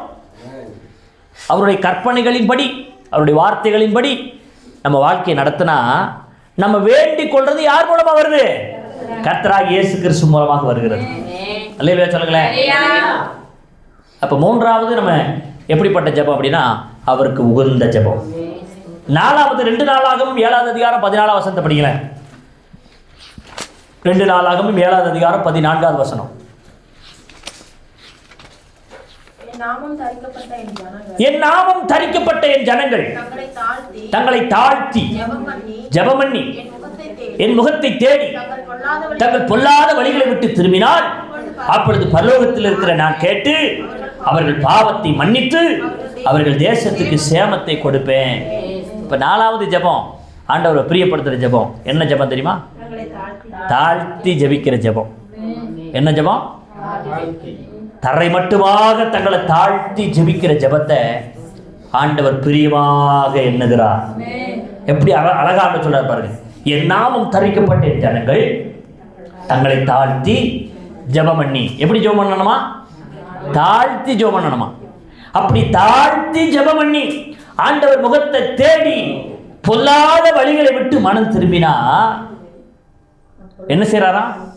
தேசத்திற்கே சேமத்தை கொடுக்கிறாரா, ரட்சிப்பை கொடுக்கிறாரா, சமாதானத்தை கொடுக்கிறாரா. தேசம் ஆசீர்வதிக்கப்படும். தேச ஆசீர்வாதம் இருந்துச்சுன்னா நாமளும் என்ன செய்வோம்? ஆசீர்வாதமாக இருப்போம். எத்தனை பேர் விசுவாசிக்கிறீங்க? அப்ப ஆண்டவர் சமூகத்தில் அதிகாரம் பண்ணி ஜெபம் பண்ண சொல்லல. ஆண்டவர் என்ன சொல்றாரு? தாழ்த்தி தேவ சமூகத்திலே தாழ்த்தி ஜெபிக்க சொல்றாரு ஆண்டவர். 2 நாளாகமும் 33வது அதிகாரம் 12வது வசனம் 13வது வசனத்தை வாசிக்கும் பொழுது ஏற்கனவே உங்களுக்கு நான் சொல்லியிருக்கிறேன் இந்த வசனத்தை. மனாசேன்னு சொல்லுகிற ஒரு ராஜா தேவனுடைய சமூகத்தில் தன்னை தாழ்த்தி ஜெபம் பண்றதை பார்க்கிறோம். 33வது அதிகாரம் 12-13 வாசிங்க. இப்படி அவன் நெருக்கப்படுகையில் தன் தேவனாகிய கர்த்தரை நோக்கி கெஞ்சி. அல்ல பாருங்க, இப்படி அவன் நெருக்கப்படுகையில் தன் தேவனாகிய கர்த்தரை நோக்கி கெஞ்சி தன் பிதாக்களின் தேவனுக்கு முன்பாக மிகவும் தன்னை தாழ்த்தினான். ஏன் நெருக்கப்பட்டான் தெரியுமா? சொல்லியிருக்கிறேன் உங்களுக்கு. இவன் ஒரு ராஜா. இவன் யாரு? ஒரு ராஜா. தேசத்தை ஆளக்கூடிய ஒரு ராஜா, ஒரு பொறுப்புல இருக்கிறவன். கடவுள் பேசும்போது அவருடைய வார்த்தையை கவனிக்காம போயிடுறான். சில நேரத்தில் பிரசங்கம் பண்ணும்போது சில பேர் என்ன செய்யறது இல்லை, கவனிக்கிறதே இல்லை. சின்ன பிள்ளைகிட்ட விளையாண்டுக்கிட்டு இருக்கிறது, ஃபோனை நோண்டுறது, ஃபோனவே பார்த்துக்கிட்டு இருக்கிறது. என்ன அசோக் அப்படித்தானே? நான் இங்கே பிரசங்கம் பண்ணிக்கிட்டு இருப்பேன், அங்கே ஃபேஸ்புக் நோண்டுறது, இன்ஸ்டாகிராம் பார்க்குறது, வாட்ஸ்அப்பை பார்க்குறது, அதில் என்ன செய்யறது, மெசேஜ் அனுப்புறது. இங்கே கடவுள் பேசுறதை இவன் கவனிக்காம போனதுனால இன்னொரு இடத்துக்கு கொண்டு போகப்பட்டு அடிமையாக்கப்பட்டான். இன்னைக்கு நம்ம கவனிக்காததுனால நம்ம இருக்கிற இடத்துல பிசாசுக்கு ஏதோ ஒரு விதத்தில் எப்படி இருக்கிறோம்? குடிக்கு அடிமையா இருப்போம், பீடிக்கு அடிமையா இருப்போம், கடனுக்கு அடிமையா இருப்போம், பாவத்திற்கு அடிமையா இருப்போம். ஏதோ ஒரு சாபத்துக்கு நம்ம எப்படி இருப்போம்? கடுமையா உழைப்போம். 10 பைசா நம்ம கையில் என்ன செய்யாது, தங்காது. வீட்டில் மனைவி இருக்கும், பிள்ளை இருக்கும், வீட்டில் என்ன இருக்காது, சந்தோஷமே இருக்காது. அப்ப இதெல்லாம் எதை குறிக்குது? அடிமை. எதுக்கு அடையாளம்? அடிமை. அன்னைக்கு அந்த ராஜாவை வேறொரு தேசத்துக்கு கொண்டு போய் அவனை அடிமைப்படுத்தி வச்சாங்க. அவன் நெருக்கப்பட்டான். இன்னைக்கு நம்ம வீட்டுக்குள்ளே அடிமை, சொந்த தேசத்திலே அடிமை. ஆமா தானே? நம்ம இருக்கிற இடத்துல அடிமை. நினைச்சதை வாங்க முடியல, நினைச்சதை சாப்பிட முடியல, ஒரு நினைச்ச வாழ்க்கை என்ன செய்ய முடியல, வாழ முடியல. நம்ம வாழ்க்கையில சந்தோஷம் இல்லை, சமாதானம் இல்லை. ஏன் தெரியுமா? கடவுள் பேசுறத இவரு தானே பேசுறாரு, ஏதோ பேசிக்கிட்டு போட்டோம் அப்படின்னு ஊழியக்காரனுடைய பிரசங்கத்தை என்ன செய்யறது, அசட்டை பண்றது. நான் பார்க்குறேன் அநேகரை பிரசங்கம் பண்ற நேரத்தில் அவங்களுக்கு ஃபோன் தான் பிரதானமாக இருக்குது. ஃபோன் வந்துட்டு என்ன செய்யறது, பெரிய கலெக்டர் ஆஃபீஸ்லேருந்து ஃபோன் வர்றது மாதிரி. ஆராதனையில் உட்கார்ந்துக்கிட்டு இருக்கிற போது ஃபோனை தூக்கிட்டு ஓடுறது வெளியே.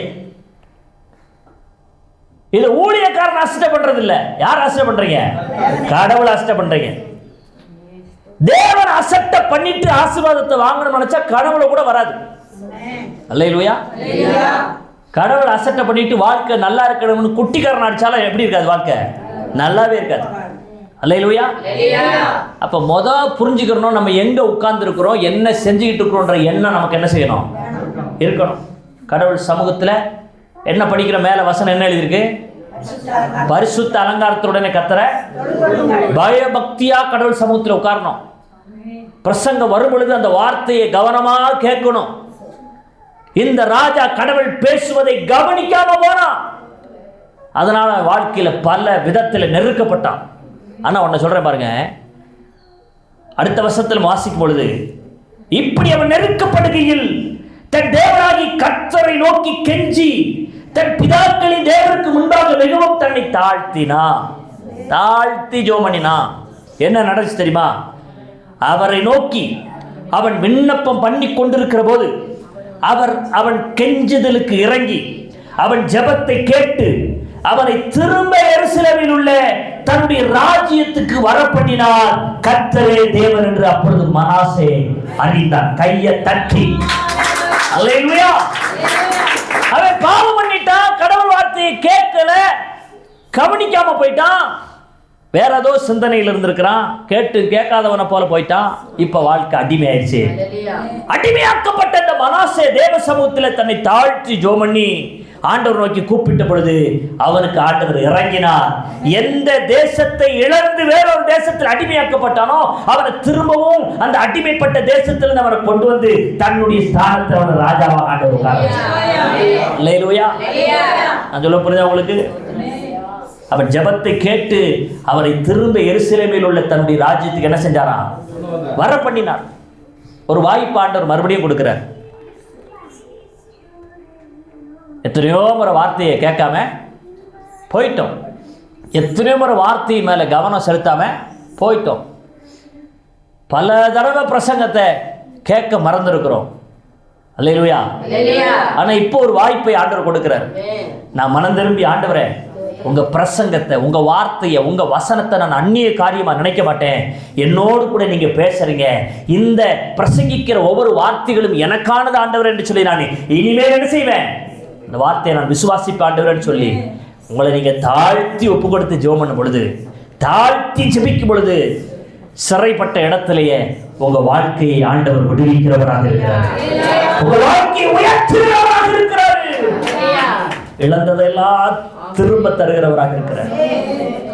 அவமானப்பட்ட இடத்துல, தலை குனிந்த இடத்துல, வெட்கப்பட்ட இடத்துல நம்முடைய தலையை உயர்த்துகிறவராக இருக்கிறார். மனுஷனுக்கு முன்னாடி ஆண்டவர் தாழ்த்த சொல்லல, கடவுளுக்கு முன்னாடி தாழ்த்தி தாழ்மையா ஜெபம் பண்ணும் போது கர்த்தர் அந்த தாழ்மையின் ஜெபத்தை கேட்கிறவராக இருக்கிறார். அதான் அழகா ஆண்டவர் சொல்லிட்டார், என் நாமம் தரிக்கப்பட்ட என் ஜனங்கள் தங்களை தாழ்த்தி ஜெபம் பண்ணி, அல்லேலூயா சொல்லுங்களேன், தங்கள் பொல்லாத வழிகளை விட்டு மனம் திரும்பி தாழ்மையா ஜெபிக்கும் போது அந்த ஜெபத்திற்கு கட்டாயம் என்ன உண்டு? பதில் தருகிறவராக இருக்கிறார். அப்ப எது தேவனுக்கு பிரியமான ஜெபம்? தன்னை தாழ்த்தி ஜெபிக்கிற ஜெபம். உங்களுக்கு அருமையான சொல்றேன் வசனத்தை, உங்க மைண்ட்ல அப்படியே ஏற்றி கொள்ளுங்க, அதை மறந்துடாதீங்க. ஒரு காதில் வாங்கி ஒரு காதில் என்ன செஞ்சிடாதீங்க, விட்டுறாதீங்க. இந்த வார்த்தையில கட்டப்படுங்க, இந்த வார்த்தைக்கு உங்க வாழ்க்கை ஒப்பு கொடுங்க. கட்டாய இந்த வார்த்தை உங்களையும் என்னையும் ஆசீர்வதிக்கிறதாக இருக்கிறது. அஞ்சாவது ஒரு ஜெபம் உங்களுக்கு சொல்றேன் பாருங்க. யாத்திராகமம் 32வது அதிகாரம் 32வது அதிகாரம் 10வது வசனம் 11, 12, 13, 14 வரைக்கும் வாசிக்கிறேன். எல்லாரும் எடுத்துக்கொள்ளுங்க. 33வது அதிகாரம் 32வது அதிகாரம் யாத்திராகமம் எடுங்க. பைபிள் வச்சிருக்கவங்கள எடுங்க. 32ல 10ல வாசிங்க.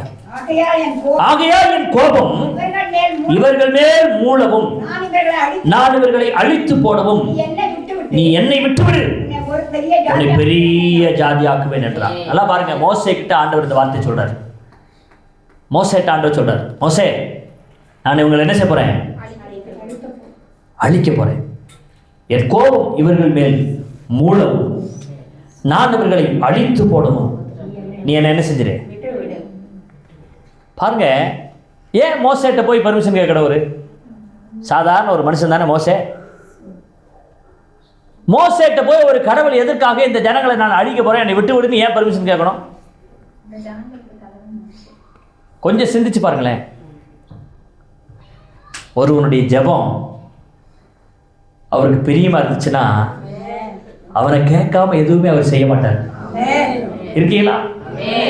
நம்ம ஜெபம் அவருக்கு பிரியமானதா இருந்துச்சுன்னா என்கிட்ட சொல்லாம அவர் எதையுமே செய்ய மாட்டாரு.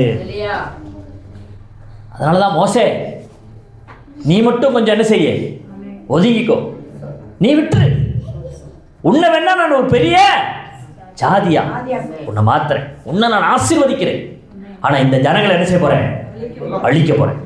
அல்லேலூயா, அல்லேலூயா. 11ஆம் வசனத்துல பாருங்களேன், மோசே தன் தேவனாகிய கர்த்தரை நோக்கி, கர்த்தாவே தேவரீ மகா பலத்தினாலும் வல்லமையுள்ள கையினாலும் எகிப்து தேசத்திலிருந்து புறப்பட பண்ணின உம்முடைய ஜனங்களுக்கு விரோதமாக உம்முடைய கோபம் பற்றி எரிவது என்ன? இந்த விஷயம் ஆண்டவருக்கு தெரியாதா? தெரியுமா தெரியாதா? ஆனா மோசே எடுத்து சொல்றாரு பாருங்க, ஆண்டவரே உம்முடைய பெரிய வல்லமையினால இந்த ஜனத்தை எகிப்திலிருந்து என்ன செஞ்சீங்க, விடுவித்து கொண்டு வந்தீங்களப்பா. இப்ப போய் இந்த ஜனங்களுக்கு மேல நீங்க கோபமா இருக்கிறேன்னு சொல்றீங்களே, இந்த ஜனங்களை அழிக்க போறேன்னு சொல்றீங்களே. மோசே கடவுளுக்கு ஞாபகப்படுத்துறான். கவனிங்க, இங்க 12ஆம் வசனம், மலைகளில் அவர்களை கொன்று போடவும் பூமியின் மேல் இராதபடிக்கு அவர்களை நிர்மூலமாக்கவும் அவர்களுக்கு தீங்கு செய்யும் பொருட்டே அவர்களை புறப்பட பண்ணினார் என்று எகிப்தியர் சொல்வார்களே. எப்படி சொல்றா பாருங்க, கேளுங்க, கவனிங்க. என்ன சொல்றான்? இந்த இஸ்ரவேல் ஜனங்களை சும்மா ஆண்டவர் அழைச்சிட்டு போல, அவங்களை அழைச்சிட்டு போய் பாதியிலேயே என்ன செய்ய போறாரு, கொல்றதுக்காக தான் கூட்டு போயிருக்கிறாரு, அழிக்கிறதுக்காக தான் கூட்டு போயிருக்கிறாரு அப்படின்னு சொல்லி யார் சொல்லுவாங்க? எகிப்தியர்கள் சொல்லுவாங்களே, ஆண்டவரே உங்க நாமம் நிந்திக்கப்படுமே. அல்லேலூயா, அல்லேலூயா. எகிப்தியர்கள் சொல்வானே, உம்முடைய கோபத்தின் உக்கிரகத்தை விட்டு திரும்பி உமது ஜனங்களுக்கு தீங்கு செய்யாதபடிக்கு அவர்களின் மேல் என்ன செய்யுங்க, பரிதாபம் கொள்ளுங்க. என்ன செய்யுங்க, பரிதாபம் கொள்ளுங்க. உமது தாசராகிய ஆபிரகாமையும் ஈசாக்கையும் இஸ்ரவேல் யாக்கோபு இஸ்ரவேலையும் நினைத்தருளும். உங்கள் சந்ததியை வானத்து நட்சத்திரங்களைப் போல பெருக பண்ணி நான் சொன்ன இந்த தேசம் முழுவதையும் உங்கள் சந்ததியார் என்றென்றைக்கும் சுதந்திரித்துக் கொள்ளும்படிக்கு அவர்களுக்கு கொடுப்பேன் என்று உம்மை கொண்டே அவர்களுக்கு ஆணையிட்டு சொன்னீரே என்று கெஞ்சி பிரார்த்தனை பண்றான். எப்படி பிரார்த்தனை பண்றான்? என்னென்னலாம் சொல்றா பாருங்க ஆண்டவர்கிட்ட. ஆபிரகாம், ஈசாக்கு, யாக்கோபுக்கு வாக்குத்தத்தம் பண்ணீங்களே, இந்த தேசத்துக்கு உன்னை நான் செய்வேன், கொண்டு வருவேன், இந்த தேசத்தை உனக்கு நான் கொடுப்பேன், உன்னை நான் பெரிய ஜாதியாக்குவேன்னு சொன்னீங்களப்பா. ஆனா இப்ப நீங்க கோவப்பட்டு எல்லாரையும் அழிக்கணும்னு நினைக்கிறீங்களே, நீங்க சொன்ன வார்த்தையை நினைச்சு பாருங்களேன் அப்படின்னு ஆண்டவர் சமூகத்தில் நினைச்சாரான், கெஞ்சி ஜெபம் பண்றான். அல்லேலூயா. என்ன நடக்குது? அப்பொழுது கர்த்தர் தமது ஜனங்களுக்கு செய்ய நினைத்த தீங்கை செய்யாதபடிக்கு பரிதாபம் கொண்டார். 5வது பாயிண்ட் என்ன தெரியுமா? சுயநலமில்லாத ஜெபம். என் மனைவி, என் பிள்ளைங்க, என் குடும்பம், நான் நல்லா இருக்கணும் ஆண்டவரே அப்படின்னு அவன் ஜெபம் பண்ணல. யாருக்காக ஜெபம் பண்றான்? தன் ஜனங்களுக்காக. தேவனுக்கும் ஜனங்களுக்கும் நடுவிலே மோசே உயிரே போனாலும் பரவாயில்ல நிக்கிறான். தேவன் கோபமாக இருக்கிறார். நல்லா யோசிச்சு பாருங்க, தேவன் எப்படி இருக்கிறாரு? கோபத்தோட இருக்கிறாரு. இந்த ஜனங்கள் செய்யற பாவம் அக்கிரமம் பெருகிக்கிட்டே இருக்கு, இவங்களை நான் அழிக்க போறேன் அப்படின்னு சொல்லி ஆண்டவர் கோபத்தில் இருக்கிறார். அவர் கோபமா இருக்கும்போது மோசே போய் எங்க நிக்கிறான்? தேவனுக்கு முன்னாடி போய் நிக்கிறான். இந்த சம்பவத்தை நீங்க யோசிச்சு பாருங்க. எஸ்தர் சொன்னது எனக்கு ஞாபகத்துக்கு வருது. என்ன தெரியுமா? ராஜாவுடைய அனுமதி இல்லாம ராஜா கிட்ட என்ன முடியாது. ராஜா செங்கோலை நீட்டனா தான் ராஜா கிட்ட ஒருத்தவங்க போக முடியும். இந்த மாதிரி தேடி வந்திருக்கிறாங்க அப்படின்னு சொல்லும்போது ராஜா செங்கோல் எடுத்து நீட்டணும் வரலாம் அப்படின்னு சொல்லி அவர் செங்கோலை நீட்டாம உள்ள யாரும் நினைச்ச முடியாது. ஆனா எஸ்தர் என்ன செஞ்சா தெரியுமா? நான் செத்தாலும் சாகிறேன் பரவாயில்ல, இந்த ஜனங்களை காப்பாத்துறதுக்கு எனக்கு ஒரு வழியே தெரியல, நான் சட்டத்தை மீறி என்ன செய்யறேன், நான் போறேன் ராஜாட்ட, அதனால எனக்கு உயிரே போறாது பரவாயில்லன்னு சொல்லி என்ன செஞ்சா ராஜாவிடத்தில் போனான். ராஜாவுடைய கண்களிலே கிருபை கிடைச்சிச்சு. இங்க மோசே அந்த ஒரு முடிவுக்கு தான் வர பாருங்க, நான் செத்தாலும் பரவாயில்ல, இந்த ஜனங்களை என்ன செய்யுங்க, காப்பாத்துங்க, இந்த ஜனங்களுக்கு தீங்கு செய்யாதீங்க, இந்த ஜனங்களை நீங்க அழிச்சிடாதீங்க ஆண்டவரே, உங்க கோபத்தை தணிக்கிற ஆண்டவரே, தனிங்க ஆண்டவரே, உங்க கோபம் ஆறட்ட ஆண்டவரை சொல்லி தேவனுடைய சமூகத்தில் கெஞ்சி பிரார்த்தனை பண்றான். எனக்கு அருமையானவர்களே, அதே பாருங்களேன், கடைசியில் 30, 31, 32 படிச்சீங்கன்னா வசனத்தில் 32வது அதிகாரம் கடைசி வசனத்தை பாருங்களேன். மறுநாளிலே மோசே ஜனங்களை நோக்கி, நீங்கள் மகா பெரிய பாவம் செய்தீர்கள், உங்களுக்காக பாவ நிவர்த்தி செய்யக்கூடுமோ என்று அறிய இப்பொழுது நான் கர்த்தரிடத்திற்கு ஏறி போகிறேன் என்றான். அப்படியே மோசே கர்த்தரிடத்திற்கு திரும்பி போய், ஐயோ, இந்த ஜனங்கள் பொன்னினால் தங்களுக்கு தெய்வங்களை உண்டாக்கி மகா பெரிய பாவத்தை செய்திருக்கிறார்கள். ஆகிலும் தேவரீர் அவர்கள் பாவத்தை மன்னித்தருளுவீரானால் மன்னித்தருள், இல்லாவிட்டால் நீ எழுதின உம்முடைய புஸ்தகத்திலிருந்து என் பேரை என்ன செய்ய கிறுக்கி போடும் ஆண்டவரே. அல்லேலூயா. எப்படி கேட்கிறான் பாருங்க. இந்த ஜனங்களை காப்பாத்துறதா இருந்தா என்ன செய்யுங்க, காப்பாத்துங்க. இல்லையா என் பேரை என்ன செய்யுங்க ஜீவ புஸ்தகத்திலிருந்து கிறுக்கிடுங்க ஆண்டவர். அப்படின்னா இவங்களை நீங்க அழிக்கிறதுக்கு முன்னாடி என்ன செய்யுங்க, என்ன அழிச்சிருங்க ஆண்டவரேன்னு திறப்புல நிக்கிறான். அல்லேலூயா. அப்ப என்ன ஜெபம் தெரியுமா? சுயநலம் இல்லாத ஜெபம். என்ன ஜெபம்? சுயநலம் இல்லாத ஜெபம் தேவனுடைய பார்வையில பிரியமானதாக இருக்கிறது. நான் சொல்ல புரியுதா உங்களுக்கு? ஆனா பல நேரத்தில் நம்ம என்ன ஜெபம் தான் பண்றோம்? சுயநலத்தோட தான் ஜெபம் பண்றோம். சுயநலவாதிகளுடைய ஜெபத்தை ஆண்டவர் கேட்க மாட்டாரு. சுயநலமில்லாத ஜெபம் தான் ஆண்டவருடைய பார்வையில் விலையேறப்பட்டதாக இருக்கிறது. யோபு பாருங்க, உச்சம் தலை முதல் உள்ளம் கால் வரைக்குமாக பெரிய பெரிய கொப்பரங்களினால் அவன் வாதிக்கப்பட்டு சாகர நிலைமையில கிடக்கும் போது அவனை கிண்டல் பண்ணின, கேலி பண்ணின, அவனை குறை சொல்லி அவனுக்கு விரோதமா பேசின நண்பர்களுக்காக, சிநேகிதர்களுக்காக அவன் முழங்கால்களை முடக்கி தேவ சமூகத்தில் ஜெபிக்கிறான். யோபு தன் சிநேகிதர்களுக்காக ஜெபித்த பொழுது யோபுடைய சிறையிருப்பை ஆண்டவர் மாற்றினார். நல்ல கையை தட்டி ஆண்டவருடைய நாமத்தை மகிமைப்படுத்துகிறார். இந்த ஜெபம் பாருங்க, சுயநலமில்லாத ஜெபம். என்ன சுகமாக்குங்க ஆண்டவரே, என்ன வாழ வைங்க ஆண்டவரே, எனக்கு அதை கொடுங்க ஆண்டவரே, இதை கொடுங்க ஆண்டவரே, எனக்கு அப்படி செய்யுங்க ஆண்டவரே, இப்படி செய்யுங்க ஆண்டவரேன்னு கேட்டா அது சுயநலமான ஜெபம். அழியிற ஜனங்களுக்காக திறப்பில் நிற்கும் போது, பாவிகளுக்காக தேவ சமூகத்தில் கண்ணீர் சிந்தும் பொழுது அது பொதுநலமான ஜெபம், அது சுயநலம் இல்லாத ஜெபம். இந்த ஜெபத்தை மோசே ஏறெடுத்தான் பாருங்க. தேவன்கிட்ட போய் நிற்கிறான், ஆண்டவர் என்ன நீங்க என்ன செய்யுங்க, இவங்களை அழிக்கிறதுக்கு முன்னாடி என்ன அழிச்சிருக்கேன், என் பேரை என்ன செய்யுங்க கிறுக்கி போட்டிருக்கேன். சுயநலம் இல்லாத ஜெபம். மோசே பண்ணின ஜெபம் என்ன ஜெபம்? சுயநலம் இல்லாத ஜெபம். கடைசி ஒன்னே சுருக்கமாக சொல்லி முடிச்சிடுறேன். எபிரேயர் 11:6 நீங்க படிச்சீங்கன்னா, எபிரேயர் 11:6 சீக்கிரமா படிங்க.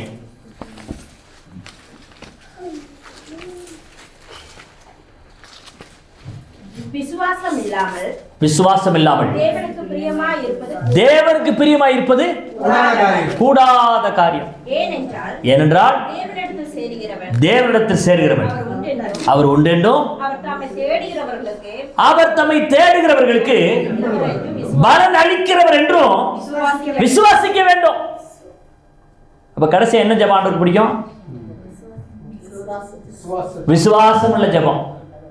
அல்லேலூயா. என்ன ஜெபம்? விசுவாசம் இல்லாமல் தேவனுக்கு பிரியமாய் இருப்பது கூடாத காரியம். ஏனென்றால் தேவனிடத்தில் சேருகிறவன் அவர் உண்டென்றும் அவர் தம்மை தேடுகிறவர்களுக்கு ஜெபிக்கிறவர்களுக்கு பலன் அளிக்கிறவர் என்றும் விசுவாசிக்கிறோம். இன்னைக்கு நிறைய பேருடைய ஜெபம் விசுவாசம் இல்லாத ஜெபம் தான். ஜெபம் பண்ணிட்டு அழுகிறது, ஆண்டவற்றை கேட்டு கேட்டு துக்கமாவே இருக்கிறது. அதுக்கு பேர் என்ன? இல்ல விசுவாசம் இல்லைன்னு தான் அடையாளம். அண்ணாளுக்கு புள்ள இல்ல, தேவ சமூகத்துக்கு வந்தா அழுதா கண்ணீர் வடிச்சா ஊத்தரா இருதயத்தை வேகும். ஜெபம் முடிச்சுட்டு எப்படி இருந்தாலும் அவள் துக்க முகமாக இருக்கவே இல்லையா? ஏன்னா நான் ஜெபம் பண்ணிட்டேன், என் ஜெபத்தை கர்த்தர் கேட்டாரு, அவர் எனக்கு பதில் கொடுப்பாருன்ற விசுவாசத்துல ஸ்ட்ராங்கா இருந்தா பாருங்க, கர்த்தர் அவளுடைய ஜெபத்துக்கு பதில் கொடுத்தார். நம்ம பல நேரத்துல ஜெபிக்கிறோம், ஜெபித்துட்டு என்ன செய்யறோம்? அழுதுகிட்டே இருப்போம். மற்றவங்க கிட்ட போய் சொல்லிக்கிட்டே இருப்போம், என் வாழ்க்கை எப்படி இருக்கு, என் மக வாழ்க்கை எப்படி இருக்கு, என் மக வாழ்க்கை எப்படி இருக்கு, என் புருஷ வாழ்க்கை எப்படி இருக்கு, என் மனைவி வாழ்க்கை எப்படி இருக்குன்னு சொல்லி என்ன செய்யறோம்? நம்ம குடும்பத்தை பத்தி மற்றவங்க கிட்ட போய் குறை சொல்லிக்கிட்டு இருப்போம். அல்லேலூயா. ஏன்? நம்ம ஜெபிச்சு நம்முடைய ஜெபத்தின் மேல என்ன இல்லை? நம்பிக்கை இல்லை, விசுவாசம் இல்லை. அப்ப கடைசியா விசுவாசம் உள்ள ஜெபம் தேவனுக்கு எப்படி இருக்கு? பிரியமானதாக இருக்கிறது. விசுவாசம் உள்ள ஜெபம் யாக்கோபு 5:15 நீங்க படிச்சீங்கன்னா, விசுவாசம் உள்ள ஜெபம் பிணியாளிய ரட்சிக்கும். அப்போ விசுவாசத்தோடு நம்ம ஜெபிக்கணும். 6 காரியத்தை இன்னைக்கு உங்களுக்கு சொல்லிடுறேன். நாம தரேன் 6 காரியம். நம்முடைய ஜெபம் தேவனுக்கு பிரியமானதாக இருக்கணும். எப்படி ஜெபம் பண்ணா பிரியமானதாக இருக்கும் அப்படின்னு சொன்னேன். நம்பர் 1, நன்றி செலுத்தி ஜெபிக்கிற ஜெபம். தேவன் நமக்கு செஞ்சதுக்கு நன்றி செலுத்தி நன்றி சொல்லி ஜெபிக்கிற ஜெபம். நன்றி சொல்றது வேற, நன்றி செலுத்துறது வேற. அல்லேலூயா. நான் சொன்னது நன்றி செலுத்தி ஜெபிக்கிற ஜெபம். கொடுக்கறதெல்லாம் வாங்கி வாங்கி நம்ம மடியிலே போட்டுக்கிற கூடாது. 10 கொடுத்தாருன்னா ஒன்று என்ன செய்யணும்? கடவுளுக்கு சந்தோஷமா வந்து கொடுக்கணும். அதான் நன்றி செலுத்தி ஜெபிக்கிற ஜெபம். எவ்வளோ கொடுத்தாலும் நம்மளே வாங்கி என்ன செய்யறது? டெபாசிட் பண்ணிடுறது. அது ஒரு நாள் ஏதாவது ஒரு வழியில் என்ன செஞ்சிடும்? செலவழிச்சிடும், காணாமல் போயிடும். அதுக்கு ஒரு செலவு வச்சிருப்பார் ஆண்டவர். ஆனால் கொடுத்ததிலிருந்து ஒரு பங்கை கடவுளுக்கு கொடுப்போமானா அதுக்கு வீண் செலவு என்ன செய்யாது? வரவே வராது. நான் சொல்ல புரியுதா உங்களுக்கு? அப்போ நன்றி செலுத்தி ஜெபிக்கிற ஜெபம் கடவுளுக்கு பிடிக்கும். இருதயத்தின் ஆழத்திலிருந்து ஜெபிக்கிற ஜெபம் கடவுளுக்கு பிடிக்கும். தேவனுக்கு உகந்த ஜெபம் அவருக்கு பிடிக்கும். தன்னை தாழ்த்தி ஜெபிக்கிற ஜெபம் அவருக்கு பிடிக்கும். சுயநலமில்லாத பண்ற ஜெபம் அவருக்கு பிடிக்கும். விசுவாசம் உள்ள ஜெபம் அவருக்கு பிடிக்கும். எல்லாரும் முழங்கால் பண்ணிட்டு கண்களை மூடி ஜெபிக்க போகிறோம். ஒரு 2 நிமிஷம் எல்லாரும் வாய்களை திறந்து ஆண்டவருக்கு ஸ்தோத்திர பலிகளை செலுத்தி உள்ளத்தின் ஆழத்தில் நம்ம மகிமைப்படுத்தல. நன்றி இயேசுப்பா, நன்றி இயேசுப்பா, சேனைகளின் கர்த்தாவே உமக்கு நன்றி, உமக்கு நன்றி ஆண்டவரே, உமக்கு நன்றி இயேசுப்பா. வானத்திற்கு பூமிக்கு சகலத்துக்கும் அதிகாரம் உள்ளவரே உமக்கு கோடான கோடி ஸ்தோத்திரம், ஸ்தோத்திரம், ஸ்தோத்திரம், ஸ்தோத்திரம் ஆண்டவரே, ஸ்தோத்திரம் ஆண்டவரே. ஸ்தோத்திரம் பண்ணுங்க, ஸ்தோத்திரம் பண்ணுங்க. பேக் பைபிள் எல்லாம் எடுத்து ஒதுங்க வைக்கிறதெல்லாம் 2 செஞ்சுக்கலாம். முதல்ல ஜெபம் பண்ணுங்க, செபிங்கள். கர்த்தருக்காக உங்க வாய்களை திறந்து உள்ளத்தின் ஆழத்திலிருந்து ஸ்தோத்திரம் பண்ணுங்க. நன்றி இயேசுப்பா, நன்றி இயேசுப்பா, நன்றி இயேசுப்பா. ஹalleluya, ஹalleluya. நன்றி ஆண்டவரே, நன்றி ஆண்டவரே, நன்றி ஆண்டவரே. வானத்திற்கு பூமிக்கும் சகலத்துக்கும் அதிகாரம் உள்ள கர்த்தராகிய இயேசு கிறிஸ்துவின் நாமத்தினால் ஒரு சமூகத்தில் வருகிறோம் ஆண்டவரே. அப்பாவுக்கு ஸ்தோத்திரம். ஓ ஸ்தோத்திரம் ஆண்டவரே. எங்கள் ஜெபம் உங்களுக்கு பிரியமானதாக இருந்தால், ஓ பிரியமானவனே, பிரியமானவரே, உன் இருதயத்தின் விருப்பம் என்ன? உனக்கு என்ன வேண்டும் என்பதை சொல்லு, நான் அதை உனக்கு செய்கிறேன் என்று சொன்னீங்களே. இந்த காலை வேளை உங்கள் சமூகத்தில் எங்களை ஊற்றுகிறோம், எங்களை தாழ்த்துகிறோம். எங்கள் ஜெபமுடைய பார்வையை பிரியமானதாக மாறட்டும் ஆண்டவரே. ஸ்தோத்திரம் ஆண்டவரே. நாங்கள் ஜெபிக்கிறதை போல எங்கள் வாழ்க்கையும் நாங்கள் வாழ எங்களை ஒப்புக்கொடுக்கிறோம். வாழ்கிற வாழ்க்கைக்கும் ஜெபத்திற்கு சம்பந்தமில்லாத ஒரு வாழ்க்கை நாங்கள் வாழக்கூடாதப்பா. நாங்கள் என்ன ஜெபிக்கிறோமோ, எப்படி ஜெபிக்கிறோமோ, எதையும் இடத்தில் கேட்கிறோமோ அதற்கு ஏற்றாற் போல எங்கள் வாழ்க்கை இருக்க வேண்டும் ஆண்டவரே. நீர் எங்களுக்கு கிருபை செய்வீராக. விசேஷமாக தலைவலிங்க இருக்கிற பிள்ளைகளை ஒவ்வொருவரும் கருத்து ஒப்புக்கொடுக்கிறேன். இன்று உடைய சமூகத்தில் வைக்கிற எல்லா ஜெபங்களுக்கும் நீர் பதில் கொடுக்கிற தேவனாக இருக்கிறேன். நீர் பதில் கொடுக்கிற தேவனாக இருக்கிறேன். உடைய பிள்ளைகளை நீங்க பொருட்படுத்துவோடு நடத்துக்கலாம். உங்கள் நாம மாத்திரம் மகிமைப்படும். எல்லா தடைகளையும் எடுத்து போடும். பலவீனங்கள் சுகவீனங்களை கர்த்தர் முற்றிலுமாக மாற்ற புதிய பலனுடைய பிள்ளைகளுக்கு தருகிறார். தேவைகள் எல்லாம் சந்திப்பிறார். தொழிலை ஆஸ்வதிங்க, பிசினஸை ஆஸ்வதிங்க, வேலைகளை ஆஸ்வதிங்க. பொருளாதார நெருக்கடிகளை கர்த்தர் மாற்றுங்க. அடிமை தரத்திலிருந்து ஒரு பெரிய விடுதலை கொடுங்க. மனாசேவை விடுதலையாக்கினதை போல எங்களை தாழ்த்துகிறோம், தாழ்த்தி ஜெபிக்கிறோம். இன்றைக்கு எங்களுக்கு ஒரு அற்புதத்தை செய்க ஏசப்பா. இன்றைக்கு எங்கள் வாழ்க்கையை விடுதலையாக்குங்க ஆண்டவரே. எங்கள் நெருக்கத்திலிருந்து எங்களை விடுவிக்க ஏசப்பா. ஆண்டவரே, ஒரு விசாரத்துக்கு நேராக, ஒரு உயர்வுக்கு நேராக, ஆசீர்வாதத்துக்கு நேராக கர்த்தர்களை நடத்துகிறதுக்காக ஸ்தோத்திரமானவர். நீங்க தொடர்ந்து நடத்துங்க. மீதியான நேரங்களை முழுவதுமாக உங்க சமூகத்திலே தாழ்த்துவோம். இயேசு கிறிஸ்துவின் நாமத்தில் ஜெபிக்கிறோம் நல்ல பிதாவே. நம்முடைய கர்த்தராகிய இயேசு கிறிஸ்துவினுடைய கிருபையும் தேவனுடைய அன்பும் பரிசுத்த ஆவியானவருடைய அந்யோன்ய ஐக்கியமும் இன்றைக்கும் என்றைக்கும் சதா காலங்களிலும் நம் அனைவரோடு கூட இருப்பதாக. ஆமென். எல்லாரும் சேர்ந்து சொல்லலாம். என் ஆத்துமாவே கர்த்தரை உள்ளமே ஆத்துமாவே கர்த்தர் செய்தார். அல்லேலூயா, அல்லேலூயா, அல்லேலூயா.